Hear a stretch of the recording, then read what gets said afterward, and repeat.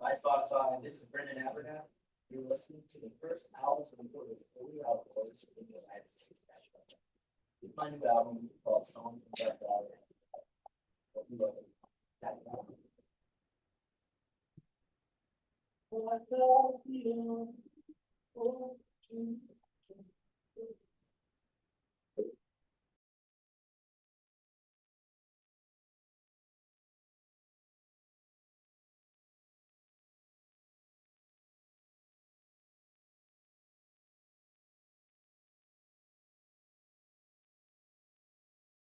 Just in prayer. Let us pray. Father, we thank you for this day that we have the privilege to come and serve this community. We thank you for it. We thank you because we know that you are here listening to us, and we pray for wisdom. We pray for a listening ear. We pray for changes of mind if we need to. We pray for patience and kindness and love. And God, we just thank you for the creation that you've created around us, that we could take part in it. We pray that we present it to you as a sacrifice, and that we present it to you also as something that we will take care of because we love you and care for you. So just be with us during this meeting. Give us peace and patience and love in your name. Amen. Amen. You'd like to stand and pledge allegiance? Pledge allegiance to the flag of the United States of America and to the republic for which it stands, one nation, under God, indivisible, with liberty and justice for all.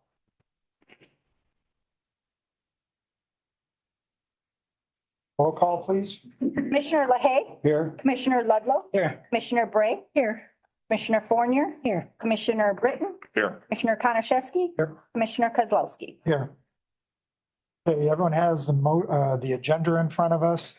We are going to make a couple small changes just to kind of know who's to have all the public works people sit here until the end of the meeting, but we're going to move that up to the beginning.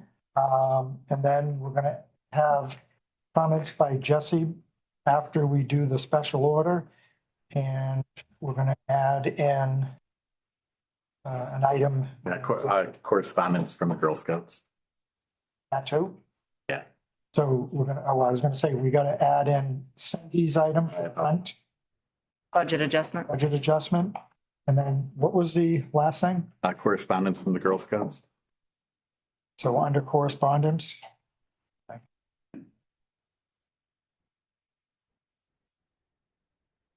Okay. Does anybody have anything else? Or if not, I'd look for a motion to approve the agenda as mentioned. I'll make the motion. So we have a motion by Commissioner LaHaye, support by Commissioner Fournier. All those in favor signify by saying aye. Aye. Same sign. Motion carried. Okay, so we're going to move into the special order.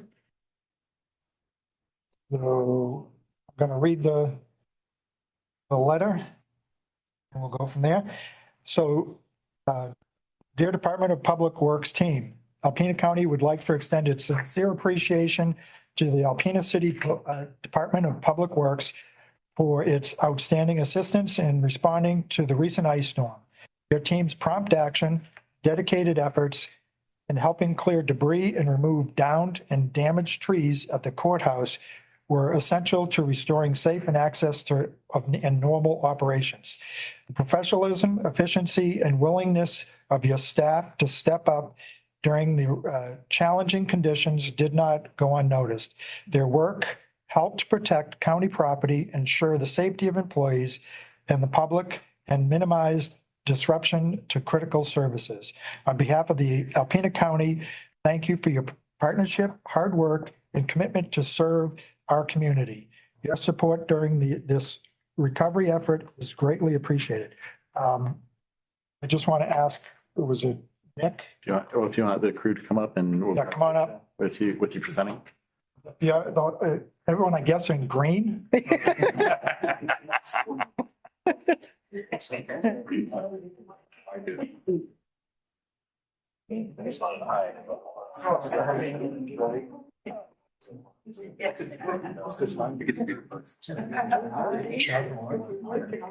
you don't go.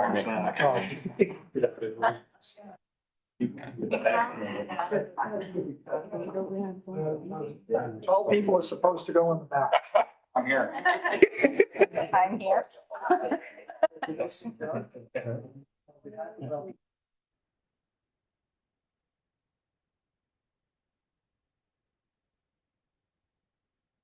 Oops, sorry about that. That's all right. Dropped it on the floor. All right, thank you very much. Thank you.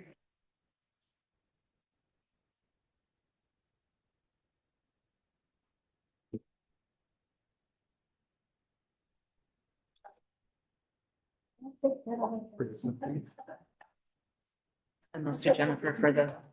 Yeah, thank you.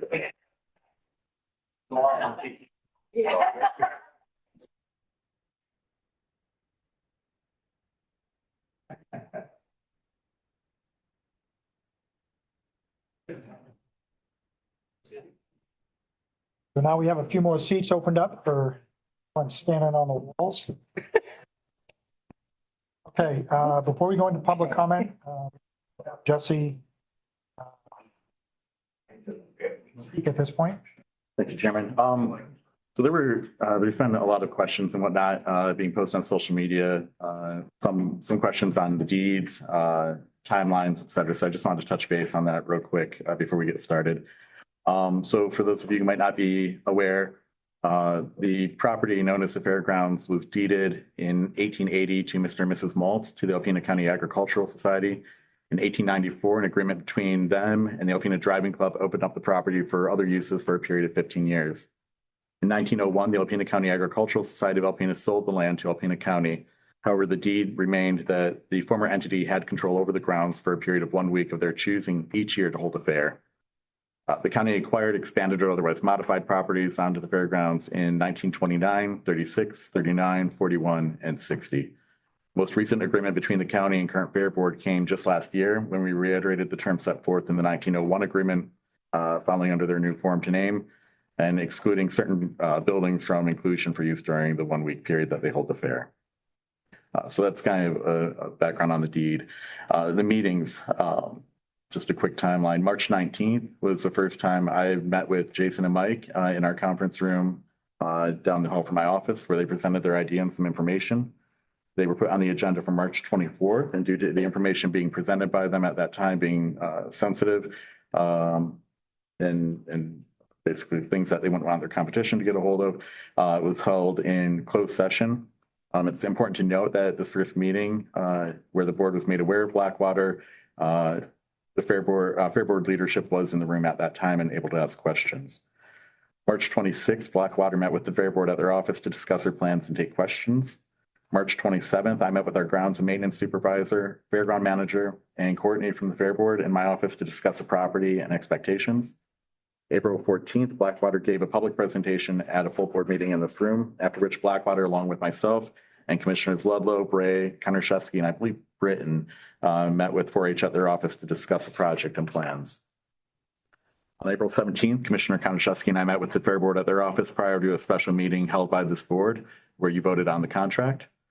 On April 21st, Commissioners Kozlowski, Britton, Konarshevsky, and Fournier, along with myself and both the fair board and 4-H leadership, met for approximately 3 hours at the fairgrounds to discuss items and take a tour of the barns and buildings to discuss renovations, access, etc.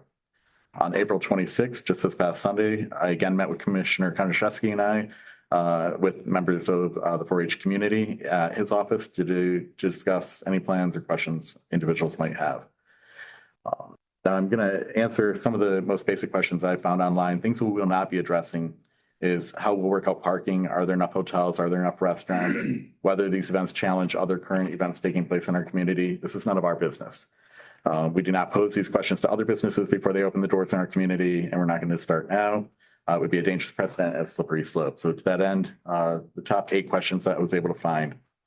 What happens with any out clause with backwater?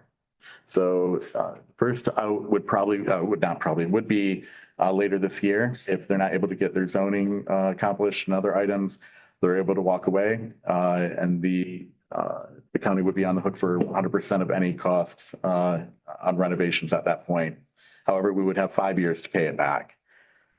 If we do not renew after year 10, we'd have to pay 50% of costs, year 20, 40%, year 30, 30%, and then 0, which is the same if they walk away after any of these terms on their own merit. One thing to mention, well, let me finish. There was a question if we verified whether funds are available. Yes, Commissioner Ludlow and our attorney have verified the funds, showing the accounts carry the amount of money that they would need in order to do these renovations. The question, are we aware of the various LLCs and lawsuits that have been posted online? Yes, these LLCs have been explained and are not unusual for the industry Mr. Atwell works in. As an aside, we're also aware of the lawsuits, 2 of which were initiated by Mr. Atwell to reclaim funds due to him. The 3rd was settled out of court, and we are aware of the details of that lawsuit as well. What do the various phases of the project look like? So we actually have in the contract, Exhibit B, phases are stated as such. Phase 1 improvements is anticipated to commence on or about April 1st. Obviously, it's going to start a little bit later than that now if it goes forward. With a projected completion date of August 2026, Phase 1 work shall include, without limitation, raising the roof of the current stage, reconfiguration to the current stage to accommodate rider and production requirement, refurbishing the grandstands, upgrading and installing security stations, and installing basic broadcast infrastructure. Phase 2 would begin later this summer and be done in spring of 2027. Which would include installation of entertainment venue building, construction and installation of a studio infrastructure, development of 3 mobile staging areas, removal of the existing playground area if applicable and permitted, rodeo infrastructure improvements and barn upgrades, speakeasy build out, and electrical infrastructure improvements and expansion. Phase 3 would begin in spring of 27. And that work would include construction of a festival stage, development of merchandising and hospitality village area, build out of VIP suites, further rodeo upgrades, including barn improvements, final cleanup and beautification of special events area, and remaining building expansion upgrades. And then there's also future projects within scope such as campground expansion, waterfront outdoor event areas, and new pathways and related pedestrian improvements.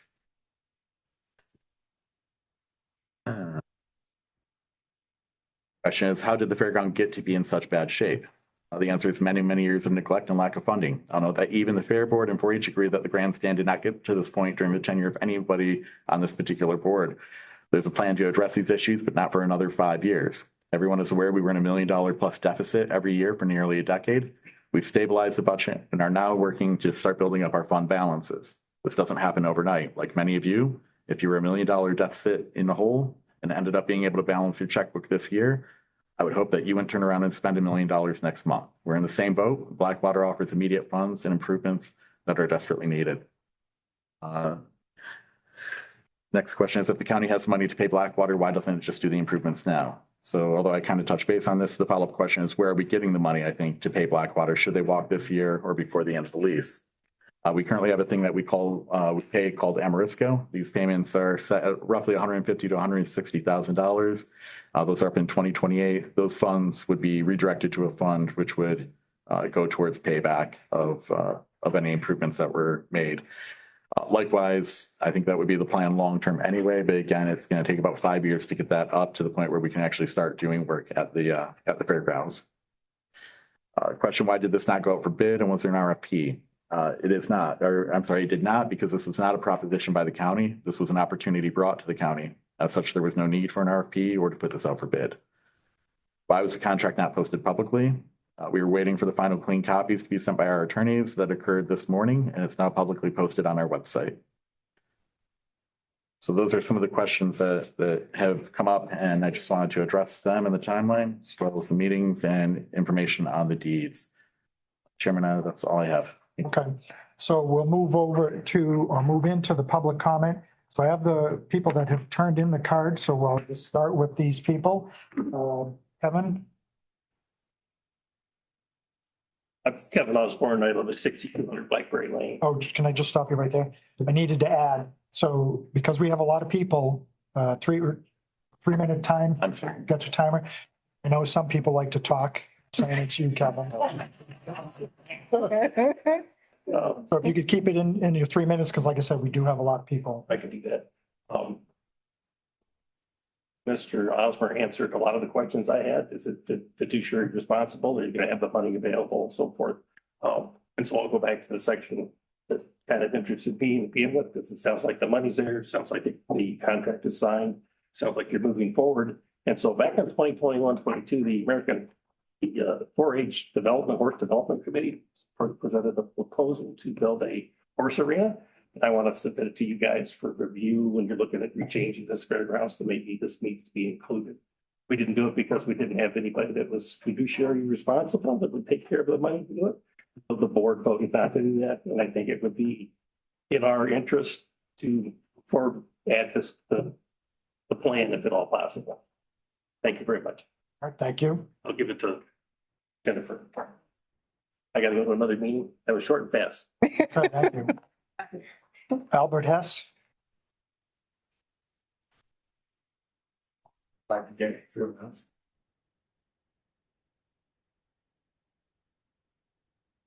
So my name is Albert House. I live at 1221 South 11, which is just 2 doors down from the Fairgrounds property.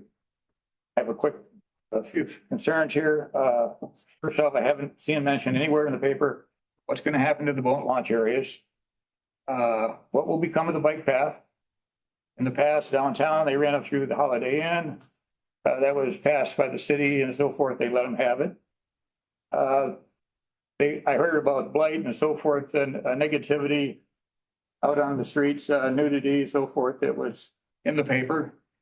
First off, doesn't the county rent those spots to people to do that? So aren't they responsible themselves for that? Why did they choose a sanctuary area? It's a wildlife area, game area. It could have been put out on Woodward Avenue, could have been put a lot of places other than on the river. I know it's great for the fairground board, and the place is falling apart. I agree, but are they going to have money to buy it back in 5 years, 10, or whatever it is? And what's going to become of the taxes in that area when Blackwater moves in? And also I've got, and who's going to handle the higher traffic volume when they have their events? Is that going to fall on the city of Alpena and the taxpayers? Every time they let an event out at the fair, they have the police out at all the corners, My Street and 11th, gets a lot of traffic, Ripley, Chisholm. They have police at all those corners. Who's going to be responsible for all that? Blackwater is going to have a lot of events. And additional noise, which is for the neighborhood people. I mean, I hear the fair, that's a once a week thing. It don't bother me much. But if this is going to be a lot, they're going to have this a lot. I'd like to see, is there any addressment on that?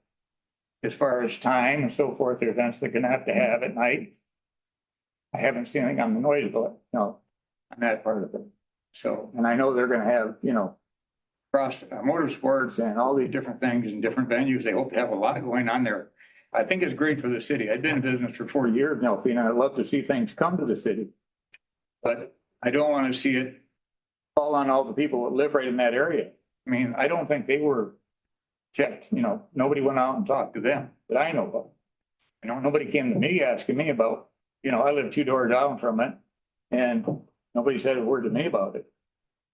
I hear about it in the paper and read a little bit about it, and I don't get the paper daily. But I read a lot of it just recently, but like I said, I think a lot of it falls on the county, or at least it should. okay, thank you.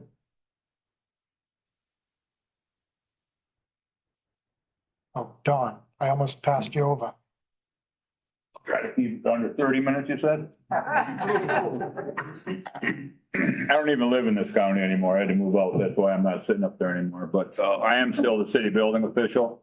And Jesse reached out to me the other day about some of the buildings at the fairgrounds. Just their basic safety, You know, the grandstands is one. You know, Kevin was a commissioner, I was a commissioner. I went and looked at it. So the grandstands has been, we've been putting Band-Aids on that forever. Back Wes had his guy, they rebraced the roof structure. They caulked those metal seats that people sit on because it leaks down into the inside, the underneath area. It's in pretty good shape right now, but I mean, the block is crumbling, it's decayed, the lintels above some of the door openings are starting to crack, you know, just, and it's a lack of maintenance again, because we didn't have any money, because the fairgrounds is not a cash cow. I do applaud.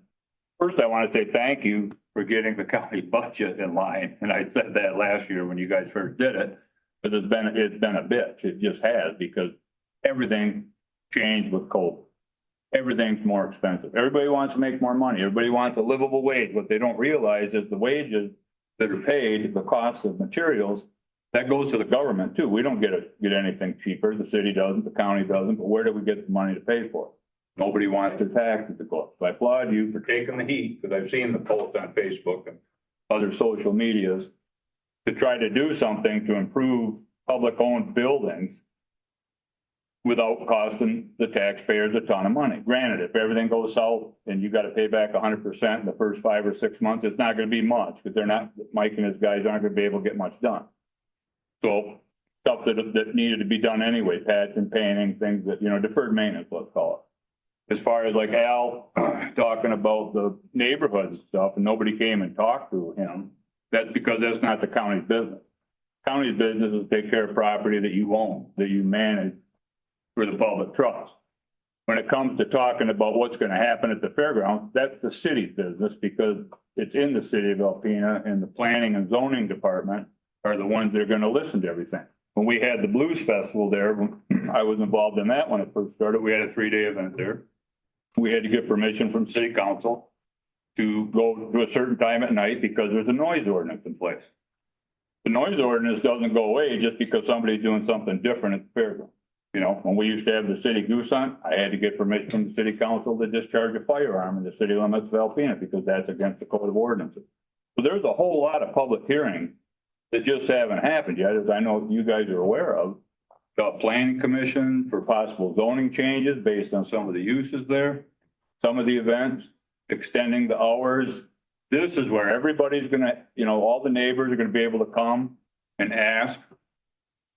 You know, the police, the sheriff's department, the city police having to control traffic on 11th Avenue. God, I hope so. Wouldn't that be wonderful? You know, if we could get that kind of people coming to Alpena, get the fairgrounds fixed up, make it a state-of-the-art facility as opposed to what it is right now, without costing taxpayers an arm.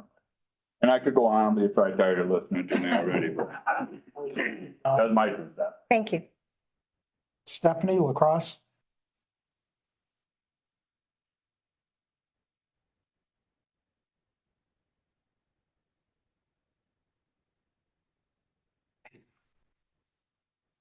I'm going to speak today as a 4-H parent and a 4-H leader.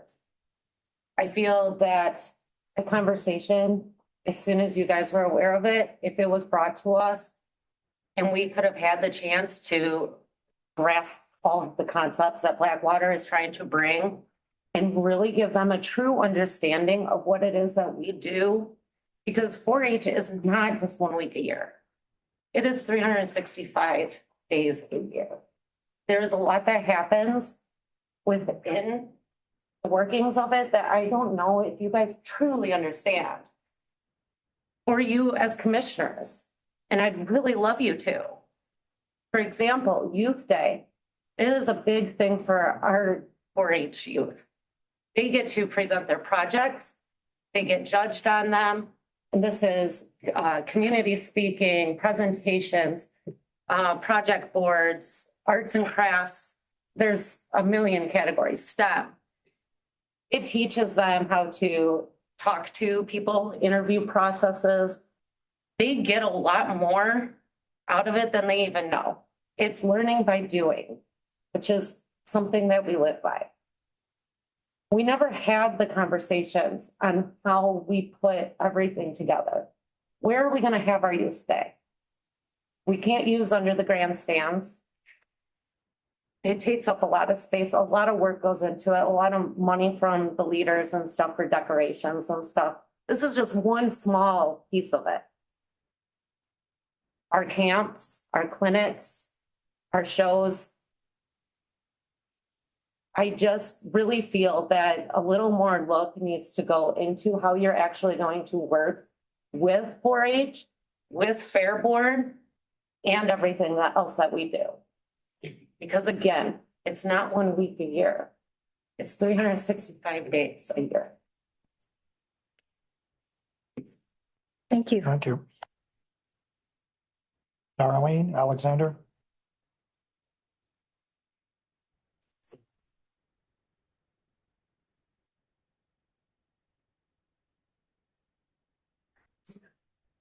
I am here speaking also for 4-H and the Egg Society. I know most of you people on this board. I've worked with you, all of you. John, Brenda, Todd, Travis, and Desi. You all know me. I can tell you from my heart that this 4-H and the Egg Society is very important. My kids all grew up with it. They had animals. They were yearly projects. Every day, 365 days, beef steers, lambs, goats, chickens, horses. You name it, I've had it on the farm. I was a city girl at one time. I am now a farm girl and I love it. And you have no idea the responsibility that 4-H and the Egg Society teaches to these young kids. It teaches them a lot and they love it. And the 4-H program is growing. It is growing again. And do you know how many kids need this? They need it a lot. I do understand your predicament. I really do, because I've seen it. I've been at the fairgrounds. I've worked on the barns. I've worked on the grandstands. I worked under the grandstands, and I still volunteer, and I know the condition of it. And I'm not against one bit of you guys trying to do something with it. It's awesome. But the company has to work with 4-H and Egg Society. They need to come up with honest answers. We need some integrity here. We need to find out. I've heard so many rumors over and over again, rumors. I don't know what's truth and what isn't, okay? So we need some concrete answers on how they are going to be able to run their fair this year with the grandstands, with the stages, with the equipment that's there. We need concrete answers. And please remember these kids. Thank you. Mary Beth Stutzman?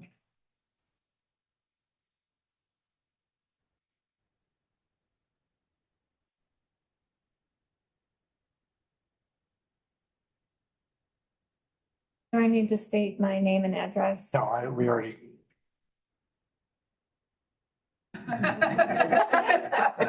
Thanks, Steve. I'll be direct. Thank you for allowing us to speak today. I serve as a tourism president, CEO of this amazing region. My role here is to evaluate what is realistic and sustainable for the Alpena area as it relates to the visitor economy. Let's start with scale. The city of Alpena has roughly 10,000 residents, Alpena County about 28. This proposal suggests bringing in up to half to 65,000 people at once. This is not incremental growth. This is a population surge larger than our entire county, without demonstrated infrastructure capacity or proven market demand. Lodging alone presents clear constraint. Alpena region, it has a limited number of hotel and short-term rentals, campgrounds, cottages that are mostly already booked a year in advance. CRTC also takes another large chunk of rooms throughout the year, hockey as well. There are many times throughout the year where we are booked already. This means spillover into surrounding counties, which is good. However, that creates congestion for those villages and towns. Currently, we've seen we can comfortably, with no problem, handle an influx of approximately 1,000 extra visitors in one day.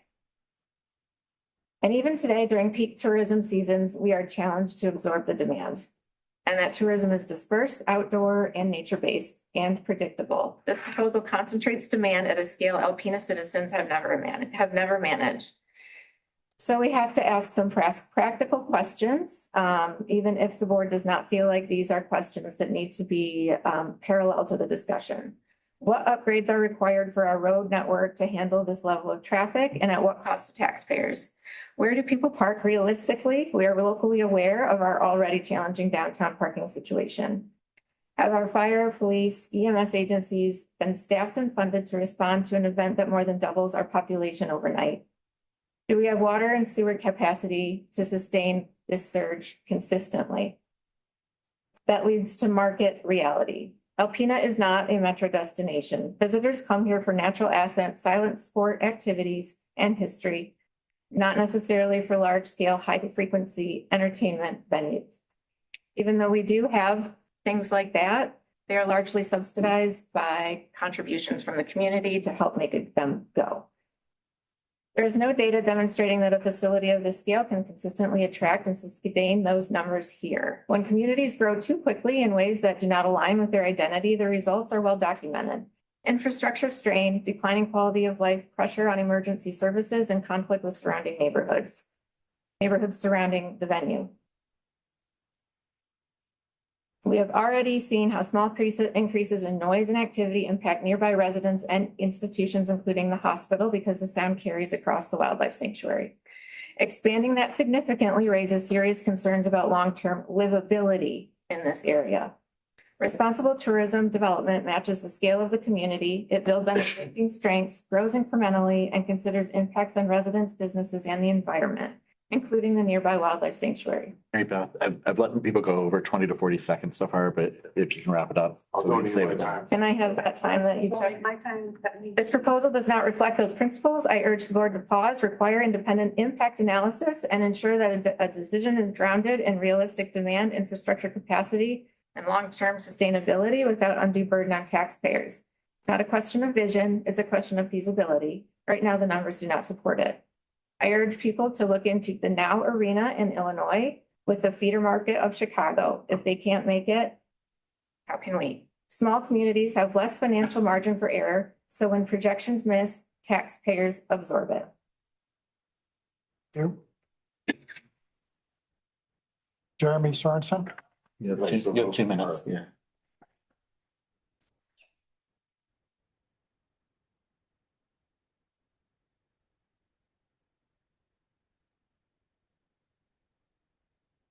I've done 30 years.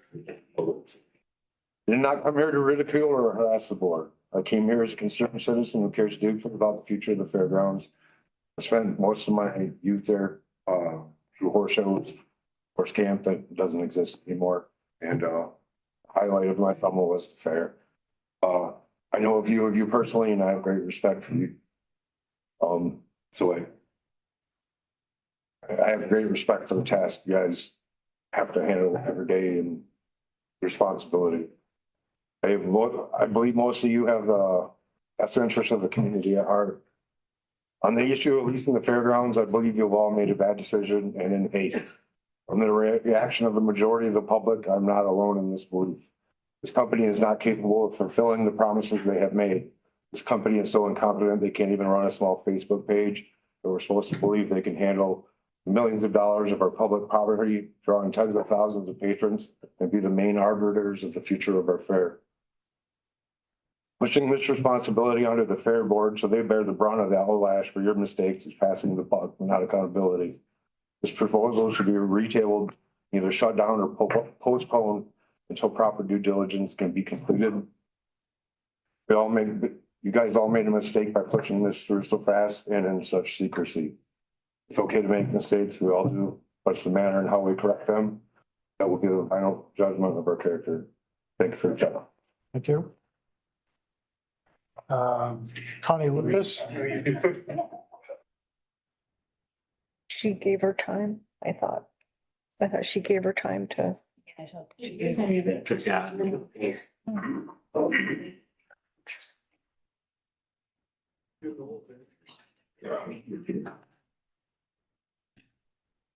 I'd like to acknowledge the board does a lot of hard work. My husband is involved in township business. Okay, so here we go. First, I agree the fairgrounds is tired and needs a facelift.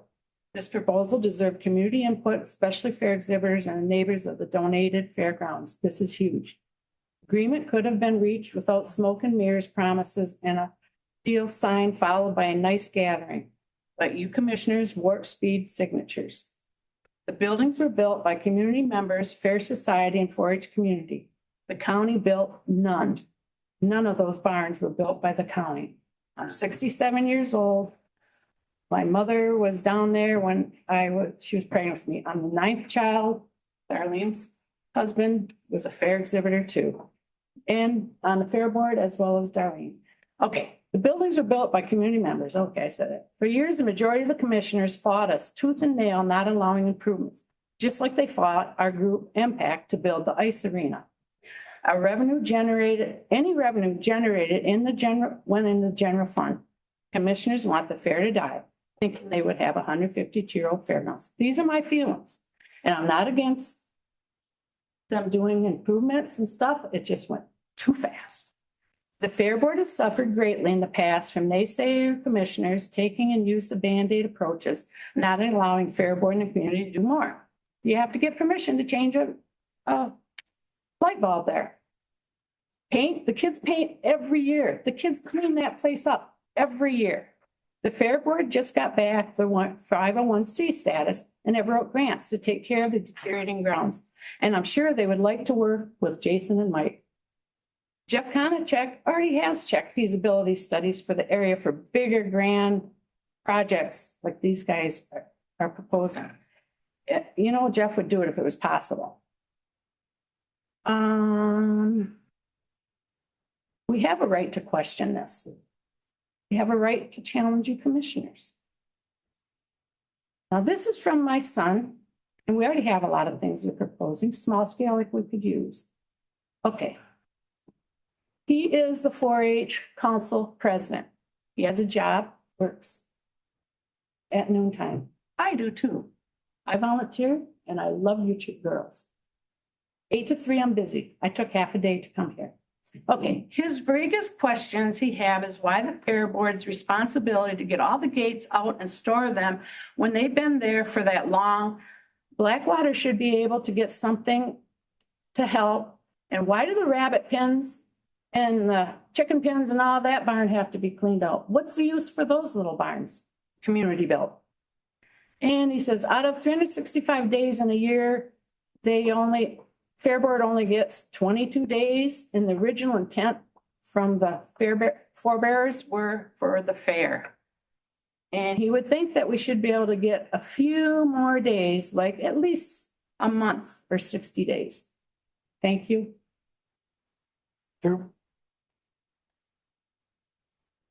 Yvonne Johnson. Sorry.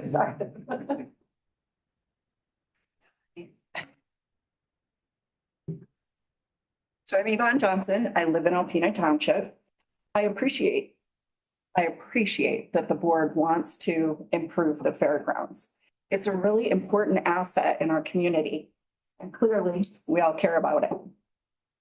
My husband and I regularly travel to venues near and far to attend live events. I absolutely love the idea of an entertainment complex in Alpena, and I'm a cheerleader for thoughtful, intentional, and transparent development in our community. The key words are transparent, intentional, and thoughtful. And I've not seen that with the proposed project from Blackwater's ME. I have many questions about the contract and the proposed project, and I appreciate that Jesse gave us some background. But my very first question is, what's the hurry? Jesse said he first met with Blackwater's on March 19th. That's just over a month ago. This commission signed a contract with Blackwater's 2 weeks ago. And now the company's representatives have publicly said the deal's going to fall through and they'll take the project to another city if the Fair Board does not sign a contract before May 5th. That doesn't make sense to me. And clearly you've heard from members of the Fair Society and 4-H, and they're saying that they feel like, I mean, let's be real. They feel like they're being strong-armed, pushed into this. So there seems to be a sense of urgency that to me feels manipulative. It seems to be a device to get the Fair Board and the community to accept this project without public input.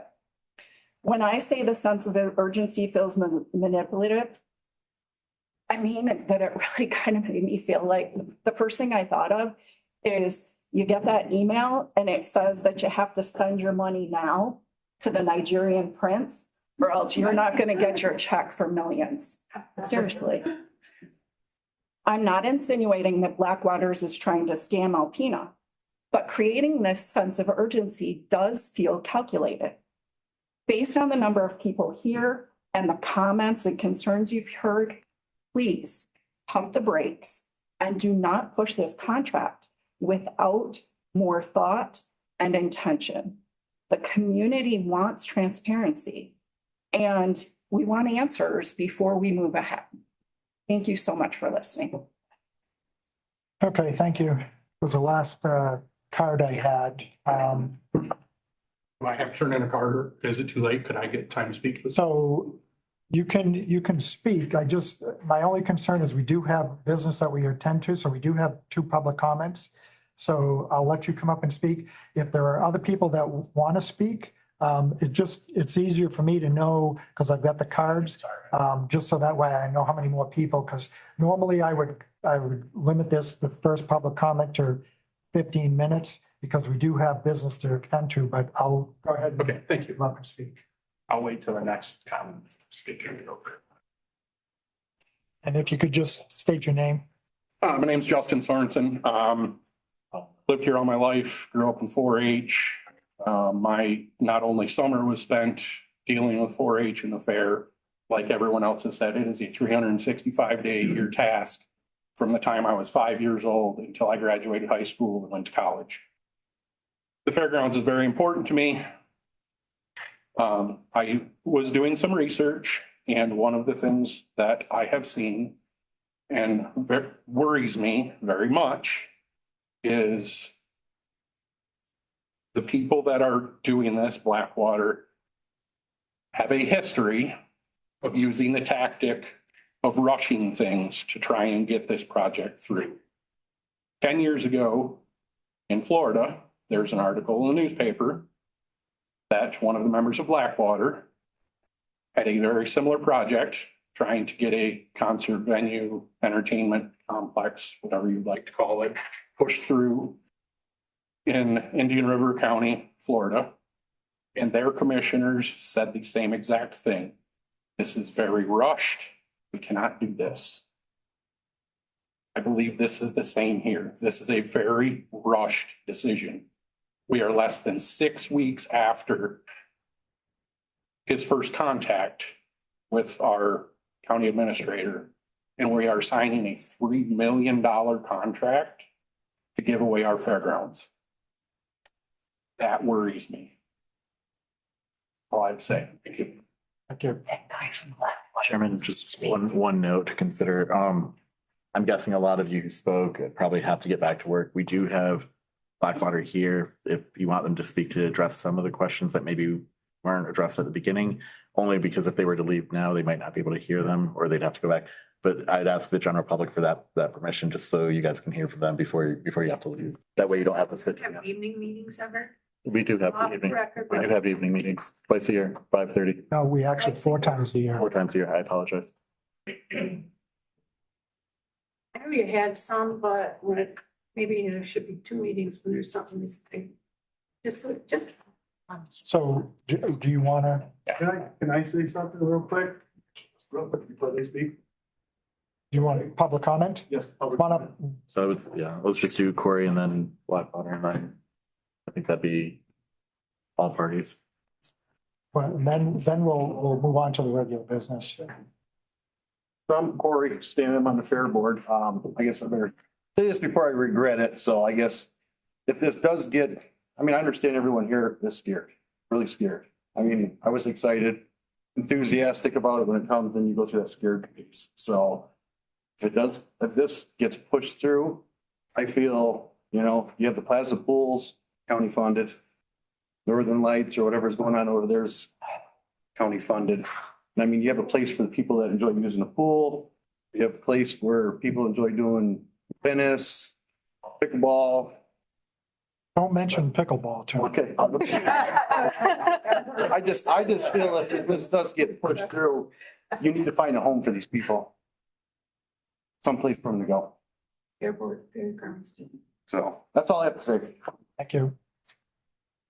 Mike? And just to clarify, I'll add to what Corey mentioned because we had a conversation. I believe when he's talking about these people, he's referring to the 4-H group and the kids. That's correct, yes. Yeah. Oh. All right, my name is Mike Romanowski, CEO of Blackwaters. So you guys have had a chance to speak your piece. I'll answer your questions because a lot of them have been answered along the way, but somewhere you're missing it. So I will reiterate everything. The reason why this timeline seems so fast is we have been boots on the ground since last year, every single day in Alpena. We looked at every other possible avenue for other places privately. Somebody mentioned Jeff. We talked with Jeff. He was even going to sell us something, believe it or not. But when he found out what it was, he wanted more money. So that didn't work out and we couldn't fit in the building anyway. And we've talked to the city. We've talked to everybody that we could. We were leaving Alpena. We got drugged back and said, here's an option, at least hear us out. We did that. We talked to people. We talked to Jesse. And this is where we're at. We have stuff planned. We have already committed to things coming Labor Day weekend. We had commitments for 4th of July. We had other commitments that have been in the works last year. And that's the part that makes it go so fast because we already signed on the dotted line for things. What about the commitment that the Egg Society has made to their event? So we're gonna. Okay. What about So that? this is the. Hang on. So we can't do the back and forth because we will be here all. Yeah. We just wanted you to be able to. Okay. So the other step to that, when this was in a closed door meeting, the fair was there. The Fair Society was there. And then we even went that evening, I think it was that evening, maybe the next day, to their meeting. And we sat there and we showed them everything, explained it all to them. We answered questions. That part was done. I didn't see anybody bring that up in any of the bashings. So we did that and we weren't even supposed to, and we did that. We're not trying to kick the fair out. We're not trying to kick 4-H out. The current contract that we have right now with the Fair Board, we all sat down at a table for 3 hours and hashed it all out and came to an agreement and we all shook hands on good faith. And that's where the contract came from. Okay, just. The other thing is, that's the majority of it. That's where it all came from. We're not hiding anything. We're looking to include 4-H. If you don't even understand how much we want to include 4-H, we want to include the fair. But if you guys want to run of it 365 days a year, our option to everybody, take our contract that we have with the county right now, pay them what we're going to pay them, we will walk. We're fine with that. So if you want to do that, that's up on the table. So that's where we're at right now. Thank you, everybody. Public comment.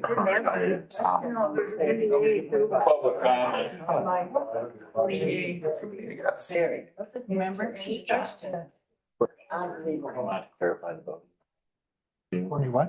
He wanted to clarify the voting. Okay. All right, Jason Atwell. I am the designer and the layout person and production head for this project.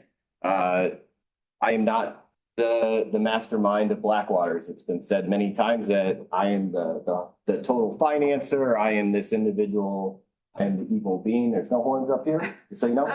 But I have worked in this industry for a long time. I worked on many projects. I've been involved in multiple Olympics.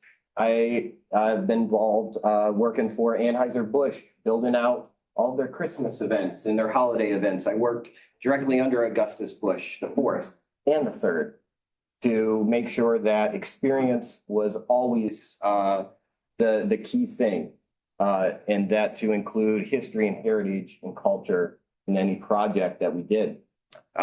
It's really sad that myself and my family and others have been attacked on this. But beyond the attack, my LLC has been brought up, my lawsuits, all that kind of stuff. I've been in business almost 30 years. I only have 3 lawsuits on my entire 30 years. I know people that have 20 lawsuits and they've only been in business 10 years. I think I have a pretty darn good track record. And, you know, with this being said, it's always half truths. So yes, there's an article in Indian River County where if you actually read down at the bottom, I made the comment that if I didn't get 5 out of 5 votes from the commissioners, a unanimous vote, that I wasn't going to do the project. And I didn't. I wrote a letter and that's all left out. And I continued to pursue the best I could for that community. And you know what? The fair went and I signed a contract for that fairgrounds about a year later, fully executed. And I continued that contract. And you know what? I fell in love with the fair so much. And I wasn't going to bring this up and because I didn't want to bring it up in public record and change anybody, but I donated $40,000 of my own money a year to make sure that that fair prospered. I donated between $5,000 to $10,000 for each to make it prosper out of my family's pocket. I then moved to Martin County Fair because they saw the good work I was doing. A gentleman named Jay Spicer, who ran that fair, who's now in charge of the Florida Fairs Association for the whole state of Florida. He ran that fair. And you know what? I helped bring that fair to the next generation. And you know what? I donated $40,000 again every year to that fair and $5,000 to $10,000 to their 4-H every year. Nobody reports that. They go and they bash me and they take advantage of what little bit they find and they twist it and turn it into rumors. And I'm sorry, but the people that are doing that should be ashamed of yourself. I take care of my employees, I take care of my people, and I want the fair to prosper here. I want 4-H to prosper here. My kids want to be in 4-H. But I'm scared as a parent to allow them in 4-H because of some of the, let me say, I'm scared to allow them in 4-H because what does it say when people start rumors and do all that kind of stuff? I think the point is that, and I'm going to close. I think the point is that 4-H is supposed to build character and build great individuals, hardworking individuals. Continue. Thank you. Without you, maybe. Just give us some answers.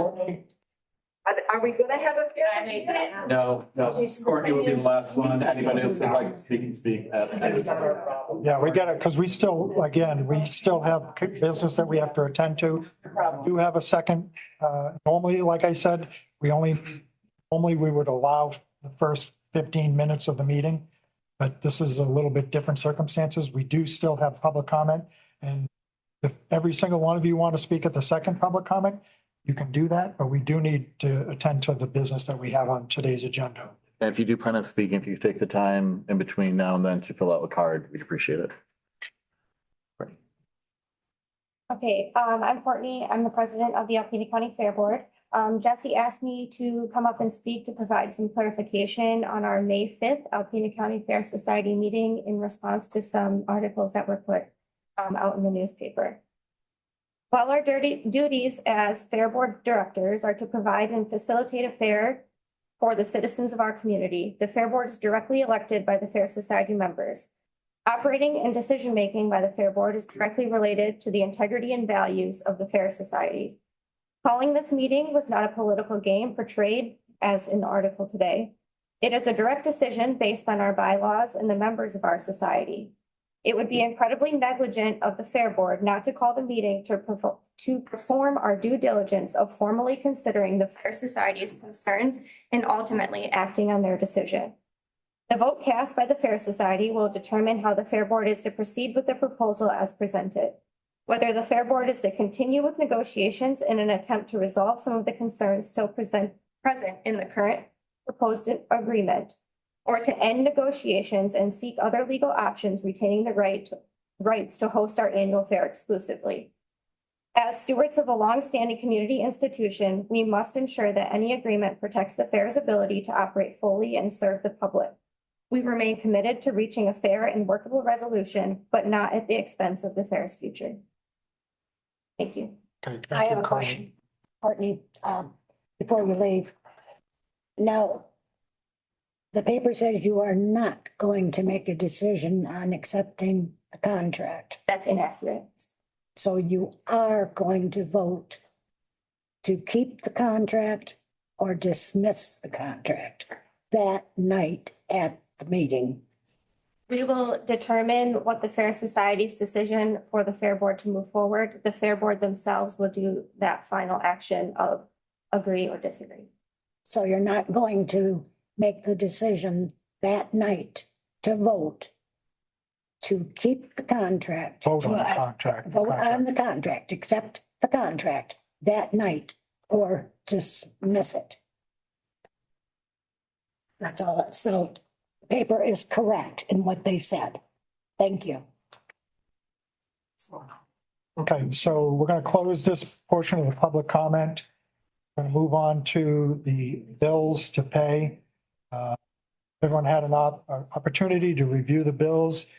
Was there any questions or concerns with the bills? Does anybody have a We pay the bill. motion to pay the bill? I'll support. Motion by Commissioner LaHaye, support by Commissioner Bray. Roll call? Commissioner LaHaye, Yes. Commissioner Ludlow, Yes. Commissioner Bray, Yes. Commissioner Fournier, Yes. Commissioner Britton, Yes. Commissioner Konachesky, Yes. Commissioner Kozlowski. Yes. Motion carried. Okay, the next item we have is the consent calendar. A lot of stuff on the consent calendar. Did anyone have any questions or any issues with anything on the consent calendar No. they want to pull? If not, I'd look for a motion to approve the consent calendar. I'll make that motion. Motion by Commissioner Ludlow, Support. support by Commissioner Konachesky. Any discussion? If not, roll call, please. Commissioner Ludlow, Yes. Commissioner Bray, Yes. Commissioner Fournier, Yes. Commissioner Britton, Yes. Commissioner Konachesky, Yes. Commissioner LaHaye, Yes. Commissioner Kozlowski. Yes. Motion carried. The next item, we have the first quarter budget adjustments by the treasurer. Is there any items, issues? I did go, the questions that I had, I did go see Cindy yesterday. She was able to answer those questions for me. I know you called Todd, so Yeah, I just want to. thank you. I actually emailed her. So, okay, so I look for a motion to approve, unless you have anything else you want to say, Cindy. Nope. I look for a motion to approve the first quarter budget adjustments by the I'll treasurer. I'll make that motion. Motion by Commissioner Fournier, I'll support. support by Commissioner LaHaye. Although, roll call on that. Commissioner Bray, Yes. Commissioner Fournier, Yes. Commissioner Britton, Yes. Commissioner Konachesky, Yes. Commissioner LaHaye, Yes. Commissioner Ludlow, Yes. Commissioner Kozlowski. Yes. Motion carried. The next item you have is the hunt budget adjustment. Yes, they received a grant that they weren't expecting from MCOL, so I just need to increase their revenue and expenditure lines in order to complete that grant. Okay, so I look for a motion to approve that budget adjustment. I'll make a motion. So we have a motion by Commissioner Bray, support by Commissioner Ludlow. Any other discussion on that? Roll call, please. Commissioner Fournier, Yes. Commissioner Britton, Yes. Commissioner Konachesky, Yes. Commissioner LaHaye, Yes. Commissioner Ludlow, Yes. Commissioner Bray, Yes. Commissioner Kozlowski. Yes. Motion carried. Next item, and I don't see Eric here. So Mike, Oh, there's- oh, there he is. Look at that. It wasn't Eric, but hiding in the back. Keeping a low profile back there? So I'm just here, good afternoon, to request a credit card for the animal control shelter. As we're required to have a vet of record to maintain the shelter. So with that, a lot of our animals receive care at our vet. We add a lot of complexity to their operations, especially in billing and invoices. So we're requesting to align with their accounting practices to have a credit card to pay at the point of service, and then reconcile it on our end, which will save them some of the workload and can be done in-house, so. Okay, so I'd look for a motion to approve an animal control credit card I'll make the motion. Support. Motion by Commissioner Konashevsky, support by Commissioner Britton. Any questions? So my only question is, so it says not more than 5,000. Is that a one-time purchase limit or? I was thinking monthly. Well, that was my other, because I did put, is that an annual limit, a monthly limit, or a one-time limit? So I think right now we're averaging around 1,500 a month. So that would suffice. So monthly would cover it. Correct. Okay. I have a question. Is that going to be used solely for that purpose or are they going to use it for other expenditures? Well, it'd be animal control, it'd be primarily for the vet expenses, but that could include specialized foods or things of that nature as well. Just so I know that it's okay. So the other question that I have wrote down here was, so I know Amanda's new, would the admin at the sheriff's office be ensuring the line of accounting, the LOAs are matching up properly? Correct. And eventually, as she grows into her position, I'd like to see her take some of that over under our supervision, obviously. But yeah, we would work in conjunction to make sure that that's overseen. Because obviously, if, she's new at this and doesn't know much about her budget and trying to ensure that the funding is lined up in the correct lines of accounting is be a little bit overwhelming for her. Yeah, it's going to be a learning process for sure. Okay.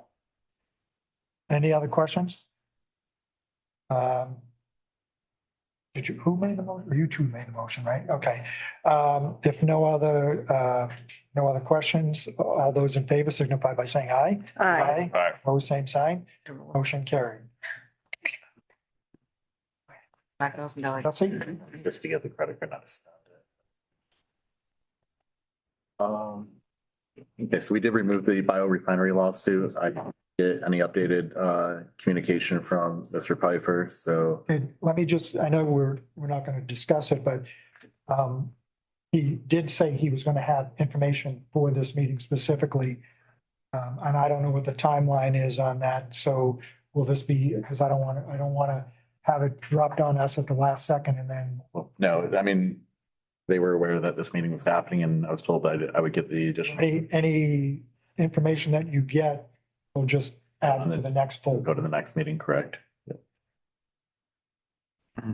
Commissioners, I have before you a budget adjustment. These are minor things that came in through last week after the agenda was set. One of them is we got a check back for the insurance claim on one of our trucks. Although we had an increased line item for the allocation coming in, we need to now also increase the expenditure line item to allow it to go out. Additionally, we were granted through the Community Foundation of Northeast Michigan a $5,000 grant for ice storm debris cleanup and collection. We're going to be hosting that through the month of May, running up Memorial Day, various hours. We'll have 2 staff out there. Luckily, we were able to buy a lot of the equipment we needed to conduct this business last time around. One thing that we will have to do though is within 30 days, or is it 60 days? I apologize, Chairman. Was it 30 or 60? NMMA granted us. It was 60 days.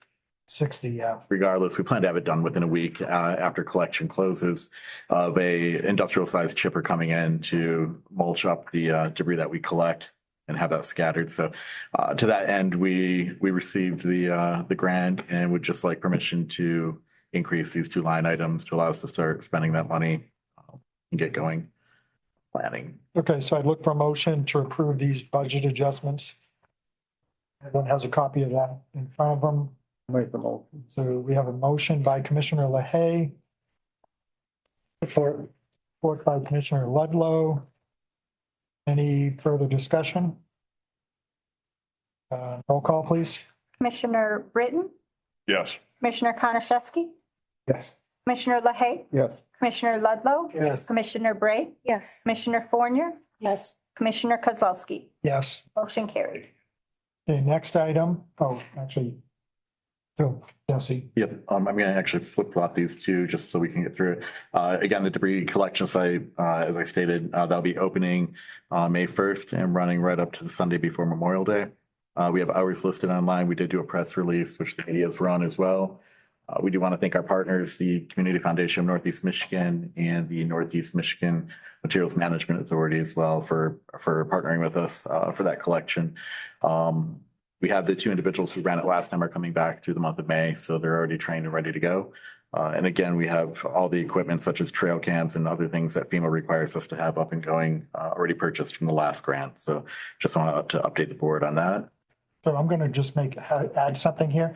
We are canceling the 2027 debris collection site because I'm done with the ice storms. So The unprecedented. not gonna do the third annual ice storm. Be nice. The next item, and I just put this on here for discussion with the board. I know there's been a lot of activity over the last couple of weeks, but wanted to allow for at least something on the agenda for the board to discuss amongst themselves, anything you would like to touch base on regarding the Fairgrounds contract. I do have a copy of the fairground contract. I don't know which contract you're talking about. Do we have one that they haven't signed yet? And then you Fair have Society? That's the one with county. one with the 2333, is that years? 23. Okay, so this particularly was the Fairgrounds contract between the county and Blackwater. You're talking about, Okay, I thought you were talking about the counties. oh, no. Okay. So now you're talking about. I have so many contracts up here and that, all right. You're talking about the lease development and operation agreement between the Alpena County Fairgrounds. And this is the Alpena County. So this isn't the one you're talking about either. It is. Okay. It's the one between the county and Blackwater. And it looks like there's. And that's the one we already accepted, correct? Again, what I handed out to you earlier was just a clean version for your own records. I've allotted this time for the board to discuss amongst themselves anything they'd like to discuss, since it's been 2 weeks since we last spoke about it. So again, it's just for you all to, if there's any discussion, anything you'd like to bring up, now would be the time to do that. Just a placeholder. Does anybody have any comments, questions?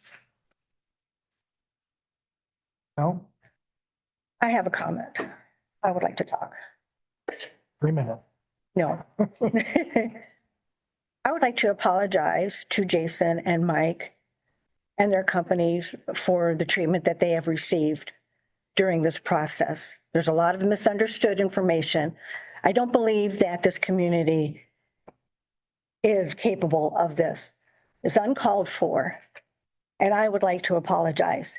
And I would also like to say that my interpretation of the whole project is that he has come to us and he is giving the community. He's giving to the community and he's giving to the fair boards and he's asking to share the fairgrounds with the community, with the fair board. I don't understand how that request and something like that, a gift to this community to have something fun, something different, why it would generate such a response. They've explained there's no secrecy behind it. It was kept under wraps in order to not get everyone all excited and then have it fall apart. Then if it fell apart, then we would be in the same boat and be accused of not handling it correctly. So I apologize, and I hope that whatever happens, that your value and what you bring to the community is appreciated. That's all I'd like to say. So I'll just add something too. So I'm not looking to put more discussion comments on the board, but I've had my constituents reach out to me and I've talked to them. And basically I've explained in the conversations that I've had, I've explained why I made the decision that I made, and I'm only one person on this board. Only one vote, yeah. But again, I was able to justify my reasons. So, and I'm hoping that I'm not setting everybody up, but I would say each one of these commissioners represents each one of you out in the audience. And my feeling is, if you had questions, if you have concerns, you reach out to your commissioner and have that discussion, because like I said, one of the conversations I had, I was on the phone for probably, well, I know how long it was. It was an hour and 6 minutes, and just trying to explain all the questions that the individual had of me. And that was just only one of my phone calls. But again, my feeling is, and I've always said this, I've literally told people, I've even promoted people to reach out and have discussions with me. And I don't want every single one of you calling me up after the meeting today, but I would be more than willing to either have a conversation with anybody or have that, meet with them or whatever.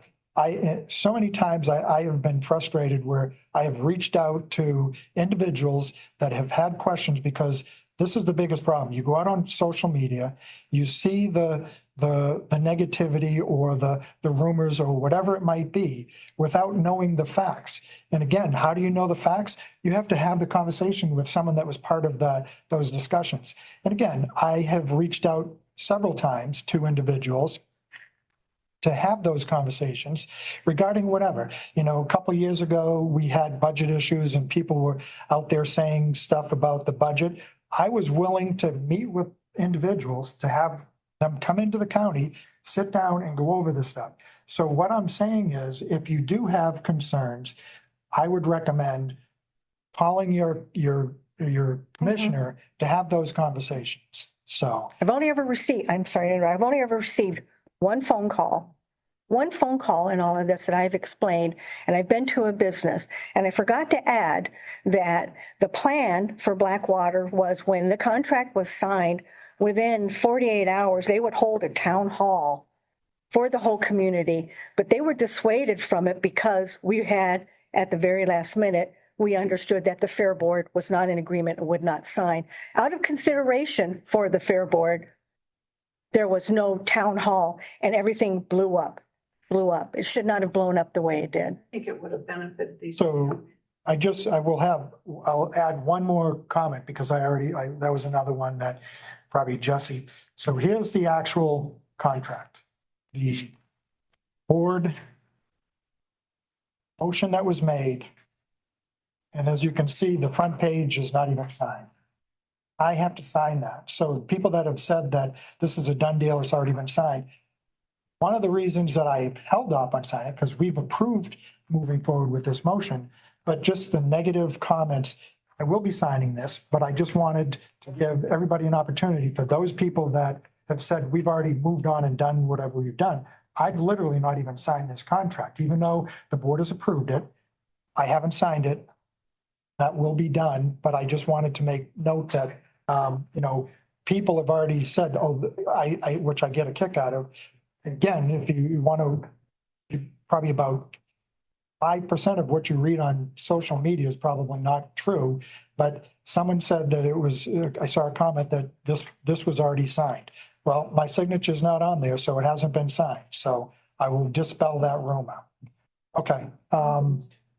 Any other comments? Yeah, I would like to apologize to the both of you also. What had happened to you was not right.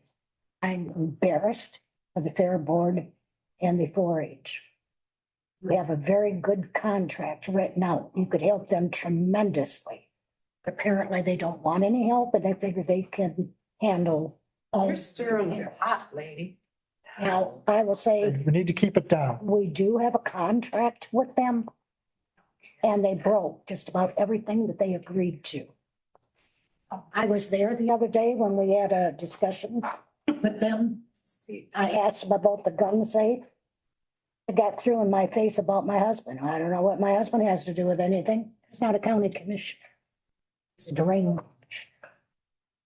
And then the next thing they did was, when I told them I wanted it removed, they sent me a nice little paper. It was all signed by Sheriff Kalashevsky. This was back in November 3rd of 2015. But they can have a gun safe there.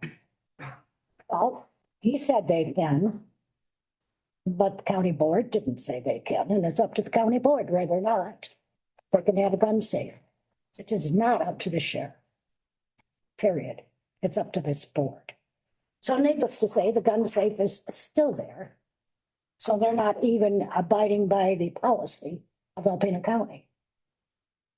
Could you clarify who that is you're speaking of, Bill? Who am I Oh, speaking? let's not get into the back and forth. I know that, but I mean, I don't want the fair board to be thrown out the hang. Well, the fair board sent it to me. It was MSU. We did. That was MSU. You know, 4-H. Yeah. Right. You sent it. Yeah. I did not. That was MSU. Adam from MSU. Adam from MSU is not here, I take it? No. I'm not. So anyway, the gun safe does not belong there. They have not moved it.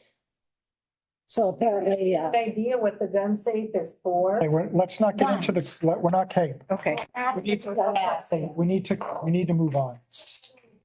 Okay, so we're gonna move on to the. that's all I have to say. We're gonna move on to the reports and special ad hoc committee updates. We'll start with Todd. So I guess I'm gonna chime in. Okay. Rambling on. So, last Friday was, really frustrated with the situation also. I do not have kids in 4-H, but I very much support it. And, one thing that I do want to mention is that these people that are sitting here, we have to vote on things almost every meeting. And unless it is something that has, some major attraction attached to it from the community, nobody ever seems to show up. But what I'm getting to is that you folks have voted us in hopes that we were making the best decisions for our people in our community. And I feel like that is what I do, and I hope that the others do it as well. We have these votes, literally every meeting.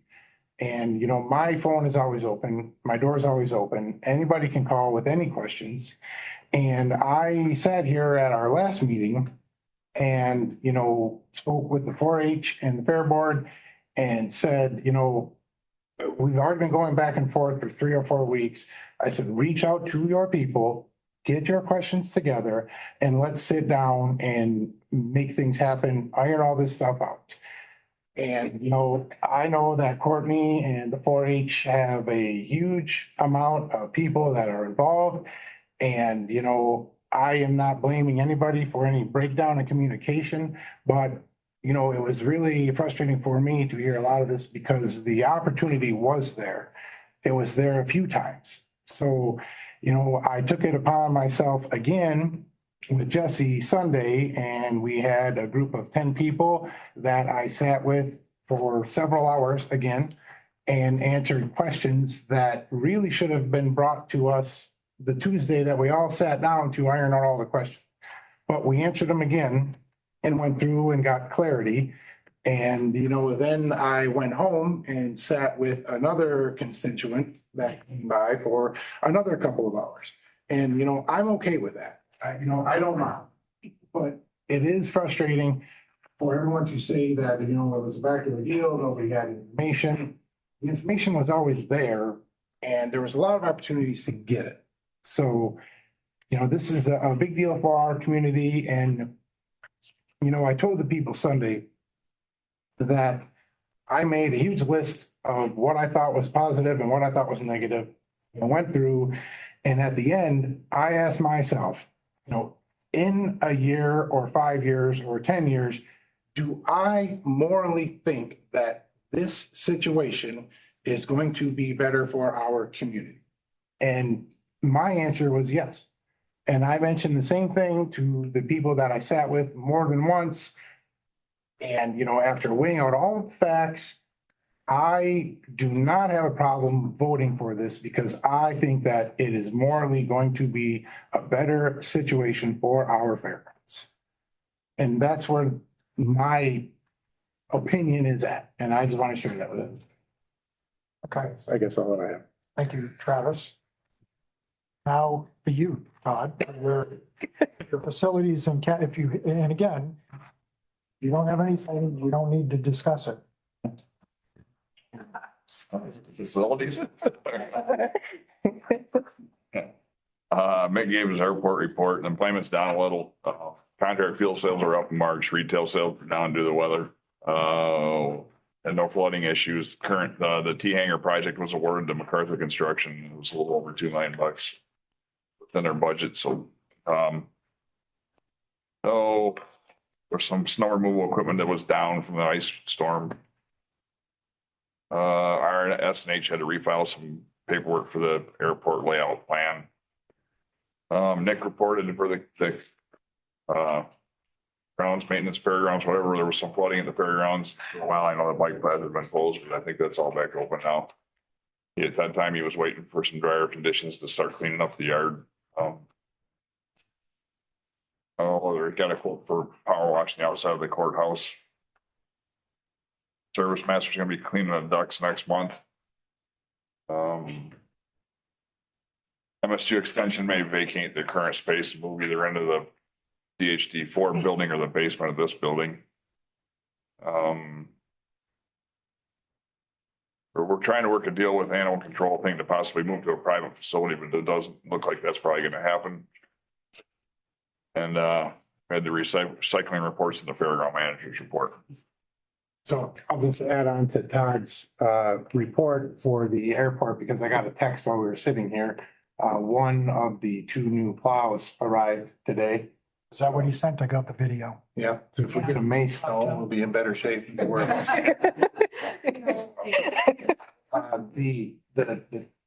Todd mentioned the T hangar project and the plows that showed up today. These are all coming from federal grant funds. So it's nice for our community and our airport. We're receiving between these 3 pieces of equipment and the hangars and whatnot, well over $5 million influxed to the airport at really essentially no cost to the county. It's all coming from emplanements. So if anybody's thinking about flying anywhere, think about flying out of Alpena. You're not going to get snowed in right now. Are you sure? Thank you. So next we have Dan for grants. Well, with the Grants and Contracts Committee, basically what you've seen on the consent calendar is what we talked about. But upcoming, we have, we're going to start working on contracted attorneys' salaries recommendation for 27 and 28. And that's about it. Thank you. Lucille, Courts and Public Safety. Okay, we are working on or submitting paperwork to the State Justice Institute grant program. Deputy Lash brought it to the board for a grant that could take care of modifying our courthouse, our buildings, courthouses for security. The legal profession has approached us about the security at the courthouses. So we're working on that, and you can get up to a $75,000 grant. So we're going to work on that for researching our issue. And also, we've also submitted another grant. And that's it. And we talked about the biorefinery. I think so. Yeah, that was part of the request, but that's it. Okay. Andrew, you have anything for personnel? No, at this time I do not. Okay, did the special order, we moved that up. What was the correspondence from the? We received a letter from Kenna and Anna this morning. They were the 2 Girl Scouts who had built the Rainbow Bridge that is placed up at the fairgrounds. Yep. They weren't sure quite where they wanted to put it, so they temporarily placed it underneath. You might see it. So when you drive by the big triangular sign, the older one, wooden one, they notified us today that they finally found a permanent spot for that community memorial Rainbow Bridge. And their intention is to remove the bridge from the fairgrounds within the next 2 weeks. They wanted to thank the board for all the help they gave us. I had to reply thanking them for their work on the project and giving citizens who've lost their beloved pets a place to memorialize them and wishing them both the best in their continued service to the Girl Scouts. So just want to make you aware. Okay.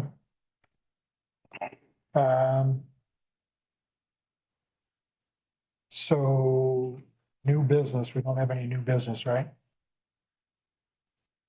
So I don't know if I got any more public comment. I think so. Thank, One more time, thank you. Lunch wasn't enough? No, sorry. No, just, sorry, something was brought up, on the gun safe and I heard somebody ask a question of what the purpose of a gun safe would be for 4-H. So I just want to share that I am, certified, for coaching shooting sports with youth through another organization as well.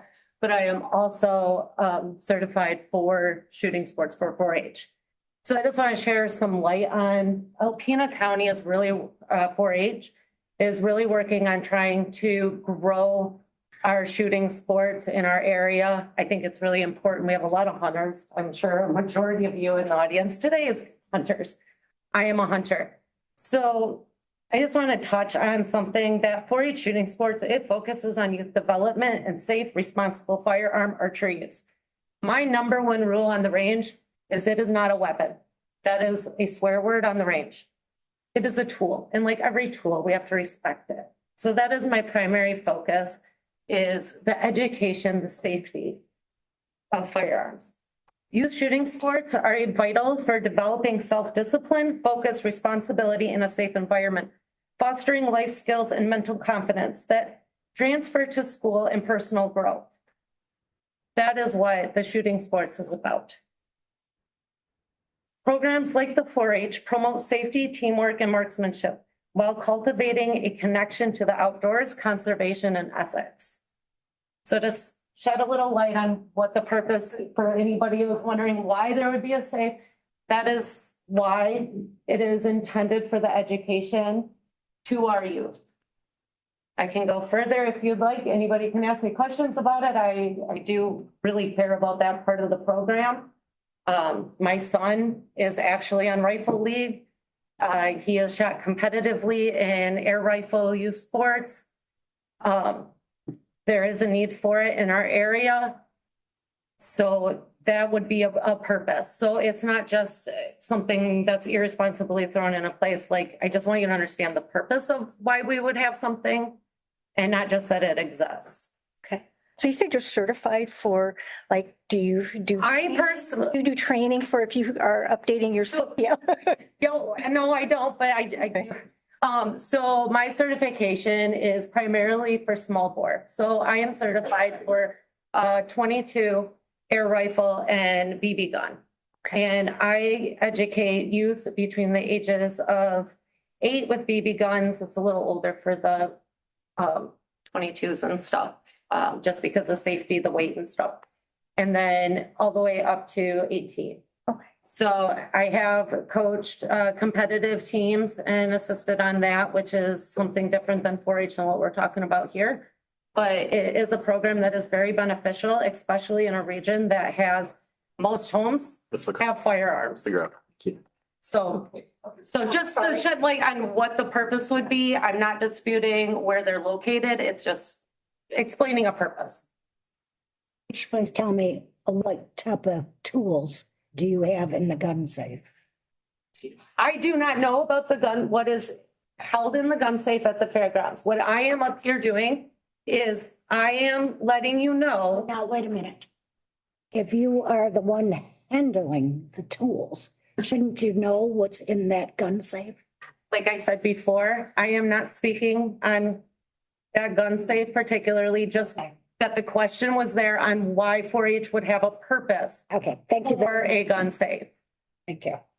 Commissioner Fournier is shotguns. Shotguns? Yes, ma'am. And that is a tool, the shotgun. I was told I was always taught that they were weapons, but now that I know they're tools, I can tell my grandkids they're tools. Oh, she's got a card. Okay, go ahead. My name is Stephanie Lane. I am a past 4-H'er, but I am also at this point a concerned member of the community. One thing that has been brought up a number of times with the fairgrounds development that I have yet to hear anything being addressed on that was, what is the effect on the sanctuary? The other thing that was just brought up to me by someone that had to leave was, how does this benefit our community if, as Mary Beth brought up earlier, we are overwhelmed and inundated with from outside of the community. We already are strapped. Our roads are in terrible condition this spring from the last two seasons of ice storms. We have wheel killers on 9th Avenue and 11th Avenue and Third and Washington and all of our main thoroughfares.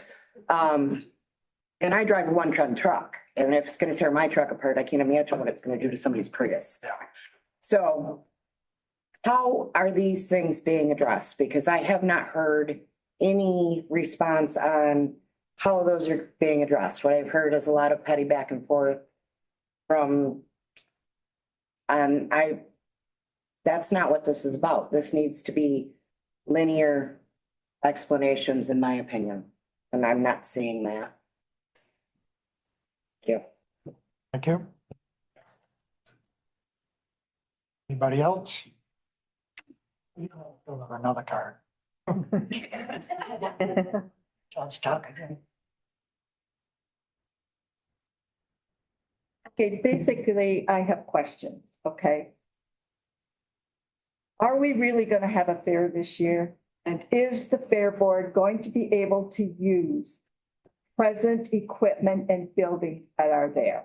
I've not heard a yes, or I've not heard a no. The answer is yes. I've heard a lot of going around the questions, okay? Another thing. Just so you know, this was all that stuff was explained to the fair board at that meeting. Yeah, but are we getting any answers? May I say something? Because I just have one interjection to this. So when we sat with the fair board on Tuesday, we did a full walkthrough. We spent much time. And we initially in the contract, were asking for everything to be out for 30 days so we could make adjustments. And then we would go from there, and then the fair could bring, and 4-H or whoever for the fair could bring back all equipment. As we went through everything, we said, well, we can work around this. We can work around this. If you guys move these pieces into the center of this building, then what we can do is work around. And I know there was questions about the chicken coops and stuff, but there's a lot of sharp edges from metal and different things. And so even the chicken coops, we said, leave. You guys try to Band-Aid the inside as much as possible so it fits whatever your insurance says. But after it's done, we'd like you to remove that stuff because we want to come in and we want to refix all that wood. We want to repaint. We want to fix the leaks, all the water issues. I mean, there's a lot of fixes that were attempted and in good faith, most likely. We're not saying that is not the truth, but there's a lot of water intrusion. There's rotten wood. There's electrical panels. Even while we were walking through, we were pointing stuff out to members that were there saying, look, those are exposed wires just sitting there. Oh, well, we never saw that because we're here and we're trying to push and get the fair open, and we didn't see that. And so our goal, once again, is to support the fair in 4-H. However, and this is a statement everybody can take and print it. At the end of the day, in order for that venue to work and to be brought up to standards, there has to be some sort of revenue, there has to be some sort of plan, and there has to be some kind of order. Right now, it's the wild, wild west out there. People have events when they feel like it. People do what they feel like. There is no order.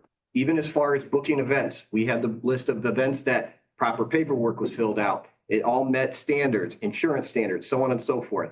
There's some organizations that are following through with that. There's some organizations that are not.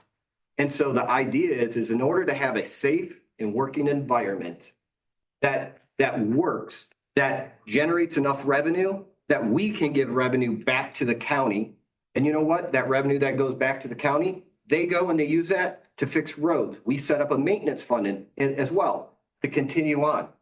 We also stated that the things that are the fencing and the pieces of equipment in there that don't meet specifications, maybe not even for us, but maybe don't meet specifications for 4-H or don't meet specifications for a rodeo that we're bringing in. We stated multiple times that we will go through and look at all the pieces of fencing, posts, donated items, buildings. What we'll do is we will bring in new equipment, new gates, new fencing, new parts, new pieces that not only beautify, but make it safe. And you know what? Just like 4-H, just like Relay for Light, just like the fair, just like anybody else. They're gonna get a fair shake at using the property. But there is gonna be a difference. You're gonna have to come to us and say, listen, these are the dates I'm looking at. And we'll sit down with that organization and say, you know what? We might not be able to fit it in here, but we can fit it in here. As for the fair, it's a designated time right in that contract. They get 22 days, just like they have been, according to the contract that's already with the county. They get 22 days. They get to facilitate whatever they need to do in that 22 days. And it's even to the point where we said, right now, we know you don't have enough money to bring in a country artist like Garth Brooks like you did in the past. We know that your ride company is only so big because of the amount of people you have and the infrastructure you have in I place. totally understand all And that. so by us helping rebuild that place, And I we totally can make the understand fair that. better. And I can see where you're coming from. However, the fair this year, they have already had their venues already set. They had to make deposits on them. Are you saying yes, that they can go ahead with the fair the way they have planned it for this year? And then, Yes. I just want to hear a yes or a no. well, it's not a yes or no question. It's got. And the reason, this is why it's not a yes or no question, ma'am. The reason it's not, How can they put on a fair? okay, No. but this is why it's not yes or no. I got 2 minutes and 20 seconds. But the problem is the question is not yes or no. If you ask me, if the Fair Board signs the contract today and it's executed today, and we have enough time to get our construction vendors and get all of the steel here and all of that. You're saying if. That's the word I'm hearing, if. Because it is if we have to wait till. Let's, because we're gonna get into back and. They already have a venue for this year. They already put deposits They've down. also put no contract before the committee yet. Right, that's right. And that's. Have no signed contract. That's another question I have. That's on them to get it to us. So. So if they don't sign a contract with Blackwater, then the contract is null and void? We don't have. Your contract, Our contract would be, the current contract. right? The current But- contract. But what says you can't go back and rewrite them out of the contract The deed, with a new contract? deed. Yes, so that's probably what will happen then, is what you're saying. No, he just said, the property says that the property was deeded to the county. And again, this isn't a question and answer time. This is supposed to be public comment, but I'll finish my comment. That the deed specifically states the land was deeded to the county. And I think one of there's, I don't know how many deeds. Well, I was just gonna say more specific, a rabbit show. So Yeah. the specific, depends on where you're talking on the fairgrounds, because I think I got like at least 10 different deeds make up that entire property. And they don't all say that, but one specific that I remember is an annual rabbit show. So in order to have that property, the county still needs to do what they need to do, which would include a fair, so. They get 1 week and we give them No, what, no. 30 days? Well, again, the contract with Blackwater is that they have the 22 days. And again, from what we've seen in our discussion is, where they're looking at doing the fair because they've already lined up. But then like next year, we're already planning, or they would be planning a year in advance, just like they have to plan. So. Well, I understand that, and I do understand where the county is coming from about those grounds. I really do. I'm just hoping and praying that Blackwater works in good faith with the Fair Board to at least give them the time for this year. I think that goes both ways. I hope so. And I'm really sorry that you have been threatened or any of that. I can't imagine. And please put your kids in 4-H, because I know these people treat those kids good. I hope so. And I look forward to hopefully a bright future. Okay. Okay, we're already in public. I don't care. Still make it. Anybody else? Just to clarify, Chairman, that's not going to happen again, that back and forth. Yeah, I know. We're sticking to the 3-minute rule and there's not going to be. Yeah, so, and just another thing, point of reference is when the speakers are talking during public comment, you need to be directing your comments towards the board We're not going to have the discussion with the audience. So I saw a couple hands go up. So next up at the podium, 3 minutes.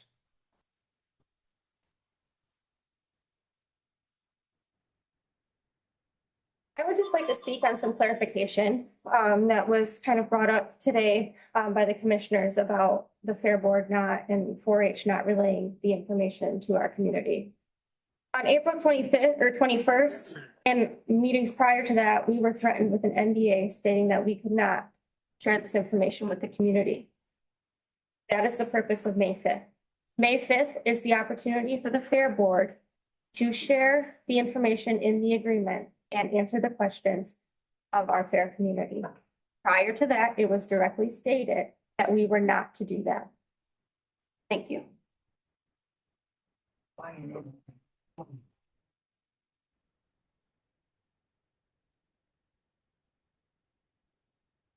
Got another one. You can pass this down.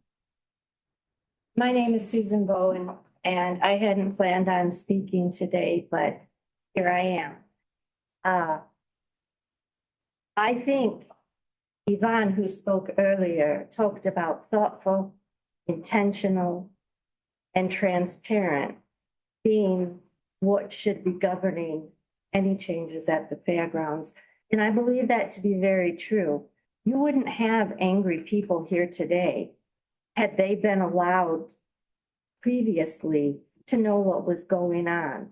You first, as a board, learned of what Blackwater is proposing on March 26th. You vote, I believe it was April 17th. Where was the time for due diligence? Mary Beth Stutzman brought up capacity issues, and you say as a board that's not your concern?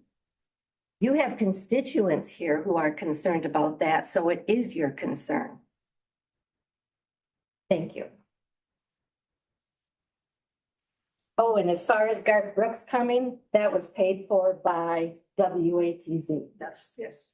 Okay. Anybody else? I saw a couple hands over here. Anybody else for public comment? Nobody? I'm surprised. I saw like some hands over here. There's some people online also Zoom. A couple of texts about some Zoom messages and questions. Yeah, so we don't have any raised hands, but we do have a couple comments. A heart, that means the same thing, because we've learned that the hard way. Right. If someone hearted it, that means they want to talk. Nothing like that, but we do have a couple messages. Not all were made during the public comment period. But there's The messages that are sent, we print and we use as correspondence. Yeah. We don't read those. Okay, gotcha. Yep, no raised hands, no hearts, just comments. Smiley faces, Nothing. giving everybody an opportunity, so. I have a question. One second. So nobody else?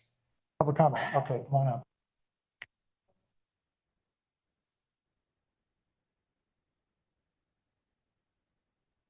Spoke earlier, and one of the questions I had have not been answered yet. And I don't know when they're going to be. And I take offense that Mrs. Bray found it, the audience is mistreating Blackwater. I think that's why we're here, to speak our piece. We haven't had a chance. At least I haven't. Everybody says, well, it's all out there. You can find out about all of it. Where? I don't get the paper. I'm just hearing about, and this meeting like this happening for like 6 weeks.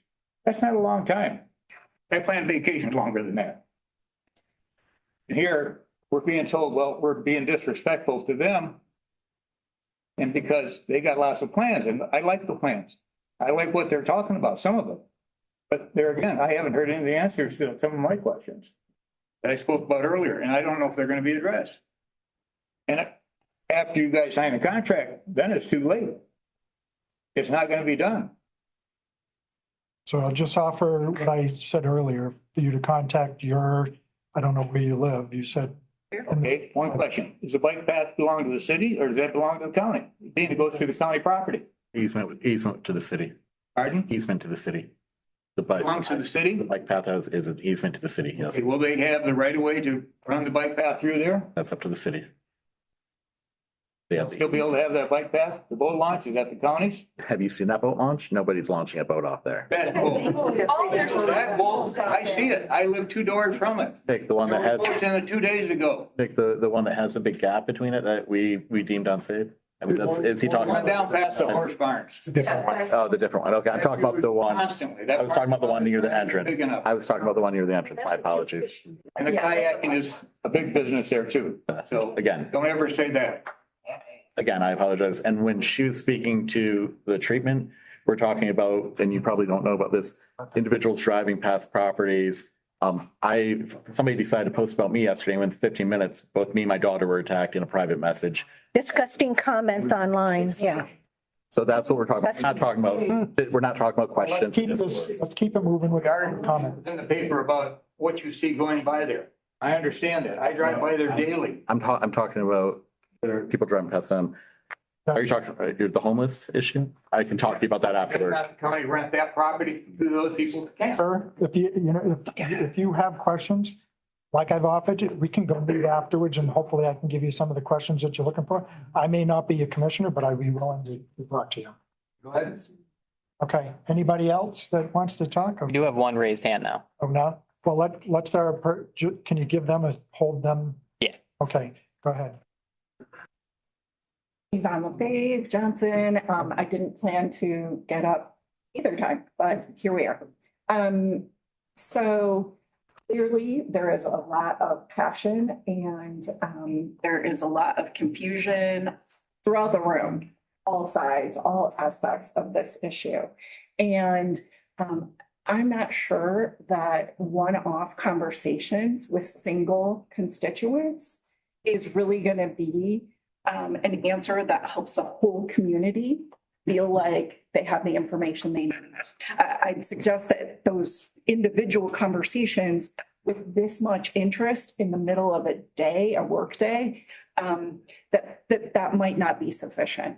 So you mentioned earlier that you had considered a town hall for a presentation of the contracts, of the vision for the venue, addressing information about what happens for 4-H, what happens for the fair, all of those things. It seems to me that that would be an evening town hall where the community could get information and do it in a way that's positive and productive. I think that would be something that could be really helpful to everybody in the community. So I just wanted to throw that out. Thank you again. Okay, thank you. Any other public comment? We got the one person online? Yeah, we do.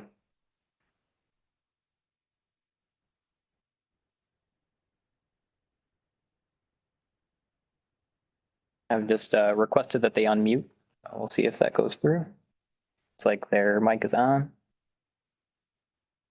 Should be able to hear them. Here's. Okay, we have the person online, if you would like to offer public comment. Hopefully there's not something popping up in back of me that I will find out later should have been. Can you guys hear me now? Yes. Okay. So first off, my name is Stacy Avent. Okay, go ahead. Well, I'm sorry, what was your name? Stacy Avent. I am on 4-H Council. I am not in Alpena County. However, I would like to share so that everybody is aware of what is going on both sides. I am extremely sorry that Jason is being attacked. However, I feel that everybody should know that these threats are coming from both sides. I have a threat on my phone from Jason himself, threatening an attorney on me. I did nothing but post the Ag Society, go to the meeting, and that's all I posted. Somebody commented. I commented back that something must be shady, that the contract is not signed. I did not voice no names, nothing about commissioners, nothing about Blackwater, nothing. After 10 o'clock at night, when most people are in bed, which I was, I received a threat from Jason that he wanted to slap an attorney on me. For what? I did nothing. I did not slam him In fact, when people ask me about Jason, I tell them that he did wonderful things for the Turkey Federation in Posen. He has connections. He got amazing things donated. But for him to reach out and threaten me, I'm sorry, the public needs to know he's not the only one being threatened. He is threatening others. And I'm sorry, but in my opinion, what he is doing is way worse because he's threatening an attorney on these people. Some people, maybe they deserve it because I would not want my laundry out on Facebook. However, I did not comment on any of those posts. I did not share any of those posts.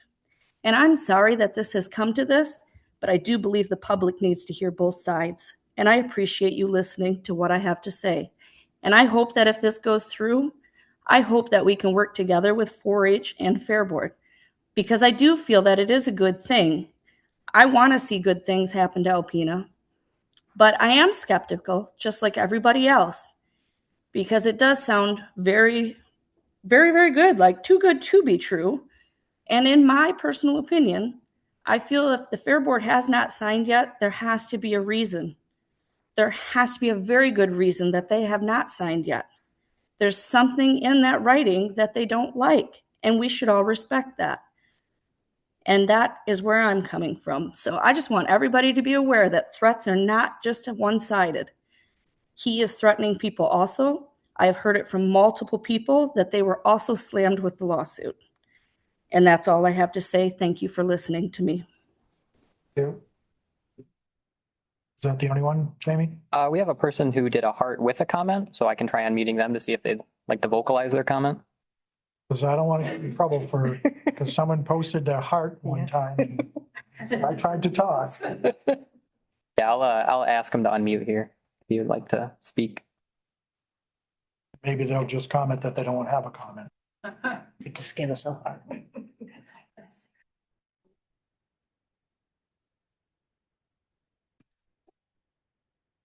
Nothing yet. Was anybody else in the room that wanted a public comment? We'll just move and after this, if there's nobody, oh, you got to take her. I am involved in 4-H and. What was your name? At the fairgrounds, Kate Klein. However, nobody has really spoken to the fact that that fairgrounds is open to people almost daily, with the exception of when the fair is there or when they're having a major event. I know that the playground at the back gets used. I know that there are a number of people who work in town who go there and have lunch. I myself have taken grandkids there when we're in town and have a little bit of time to kill so they can just run around. I feel that losing that area as a recreation park area for the city would be a big mistake. Okay, thank you. Anything per person? Nothing. Do you think they saw it? They just give us a heart. They haven't responded in chat or with their mic. Okay, so if there's no other comments in the room, no other comments online, no other hearts online, we'll close public comment. Okay. Public comment is closed.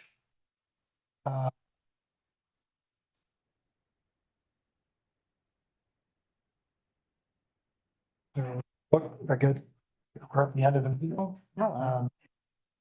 So where, I'd like to ask, where do we stand with the contract now? Do we make a motion and get it signed and taken care of, or Which contract? our contract, this contract So our contract is our. that you said isn't signed? Well, the only reason I didn't sign it was, and I said, I made the point that I would sign it afterwards. I just want, so one of the reasons that I hadn't signed it, because we did have a meeting last Tuesday, wanted to see how that turned out, wanted to find out any additional information on Friday. I got this, I think, Thursday. So I got this on Thursday, had additional information come to me on Friday. And then I said, I'm just going to wait before I sign off. We as a board, the only way, I mean, I still have to sign off on this, but the only way that we can change that would be if we made another motion to move in a different direction, which I don't think that's the plan.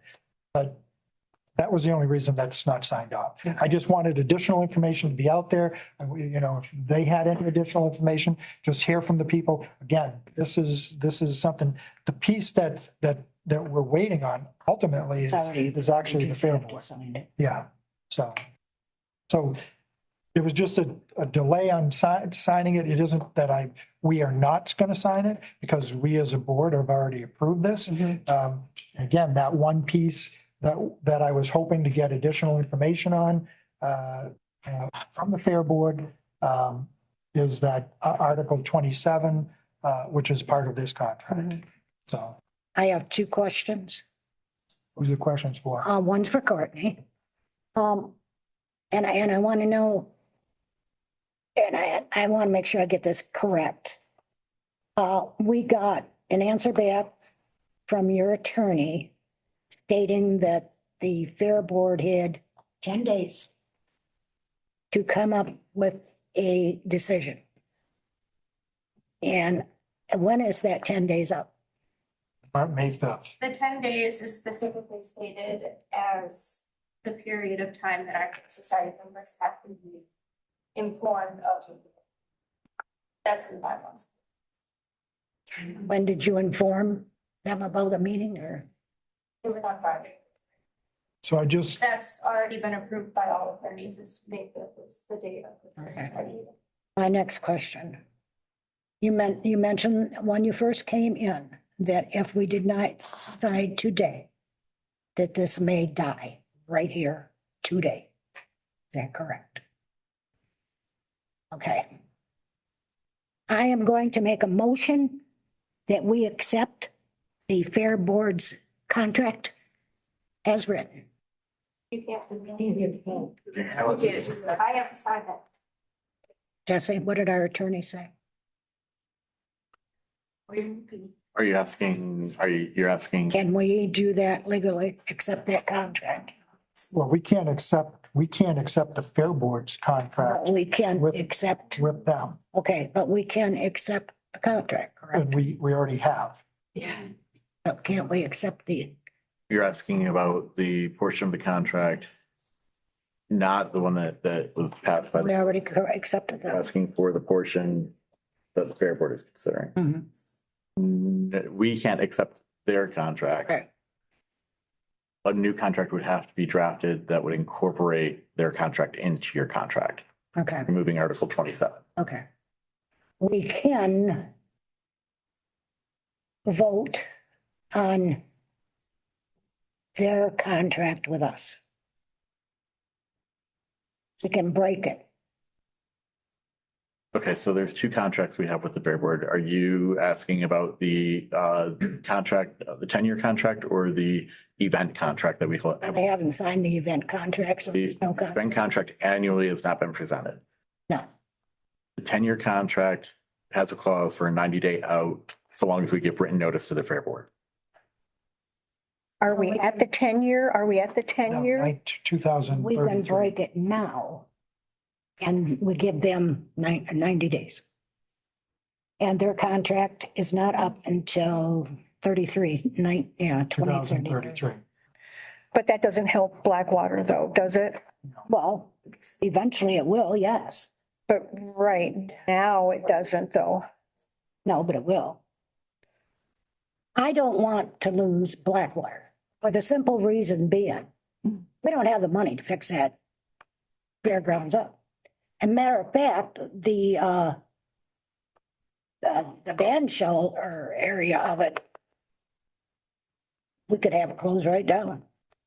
We could do just about a lot of the buildings there that we can close because they need that much work. There has been a question on the safety of the grandstand. Right. Of the other infrastructure. Right. To that end, I had reached out and we are trying to locate an engineer to come and do a walkthrough to let us know.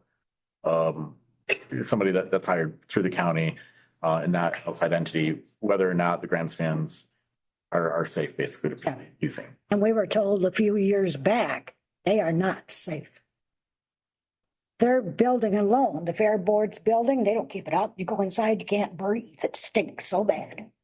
Just for the record. And the outside of the building, the outside, yeah, it's your responsibility if you haven't done nothing with it. The outside of the building is a disgrace. The sewer. They broke their contract in so many ways. Can you explain how we broke our contract? Yes, I can read you. I wrote Well, it. again, we can't get into, we're not gonna get into the back and forth during the meeting. Okay. We just. can't. She's accusing me though. She is accusing, she's attacking us and threats. I'm not threatening. Well, now I get to be picked on. Which is nothing new. Which is nothing new after 10 years. So, Okay, so let's Whatever. continue to move on. So what do you? oh, what do I think we should do? I know what I think we should do. But if Blackwater would be so nice and to give us the 10 days that they have and come back.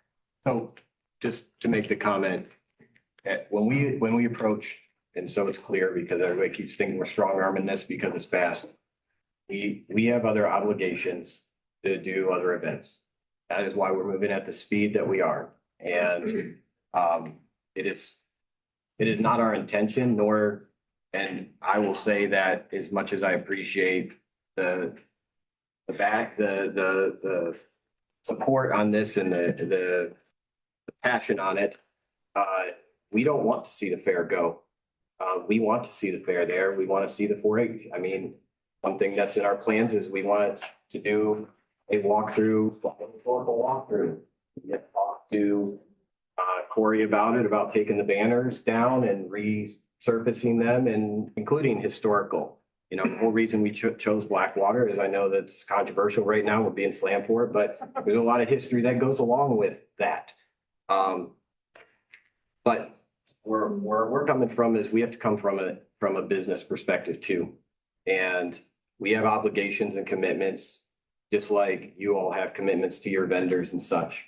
And so for us, you know, in order to facilitate those commitments, we need to move at a scheduled timeline, just like we want to be respectful. If you wait, and this is what I was trying to say before, if you, as the fair, wait till May 5th and then put it off and put it off, we have tried to, in good faith, give you the ability to say the fair will go on with no construction. Well, there's people here in construction. There's people here that do asphalt. There's people here that do all of these things.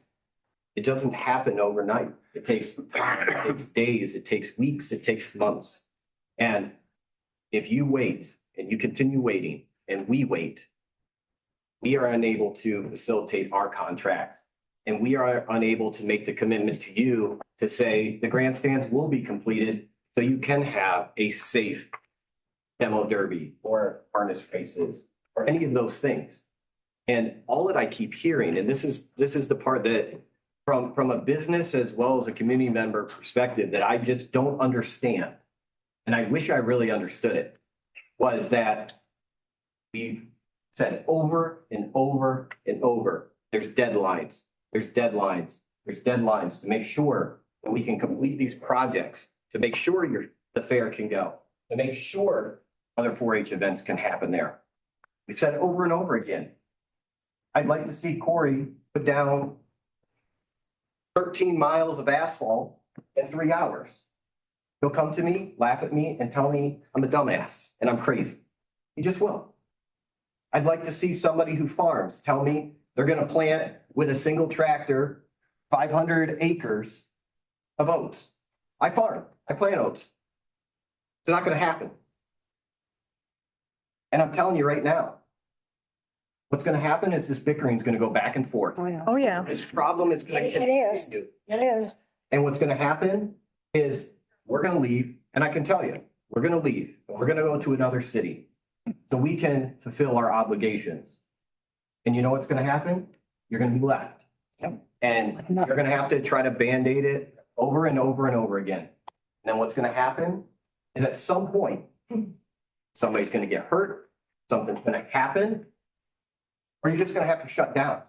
And then you'll have nothing. Now, I'm not saying we're the end all be all. If you want to take our contract as a fair board and take our contract as the 4-H, and say, you know what? Take Blackwater off, put the 4-H Association and the Fair Board, and we'll handle it for the next 30 years. We'll bring all the buildings up to code. We'll make it ADA accessible. We'll handle all of the electrical. We'll handle all the plumbing, all the bathrooms that flood constantly. And we'll do all that. You let us know right now. And me and Mike and our partner Lee and our other partners that are on the backside of this, we'll walk away. We'll give you the contract right now. But if you can't do that, and you can't honestly say that you're gonna take that contract, you're gonna take that burden, and you're gonna quit your day jobs, and you're gonna manage that place properly and bring in the money and make it safe, and there's no reason that you have to wait. Mr. Chairman, I rise to a point of order. I think we're getting off track and I feel like I'm being yelled at. I'm not yelling. I am So we'll just, saying that. we'll just wrap it up here. I think everybody, we've had the public comment and again, we can't continue to go on. I was hoping that that they would be able to provide some of the answers. Yeah. So we're going to actually move on and I guess that is the last portion of our business. So I would look for a motion to adjourn. Motion by Commissioner LaHaye, support by Commissioner Fournier. All those in favor signify by saying aye. Aye. Motion to adjourn.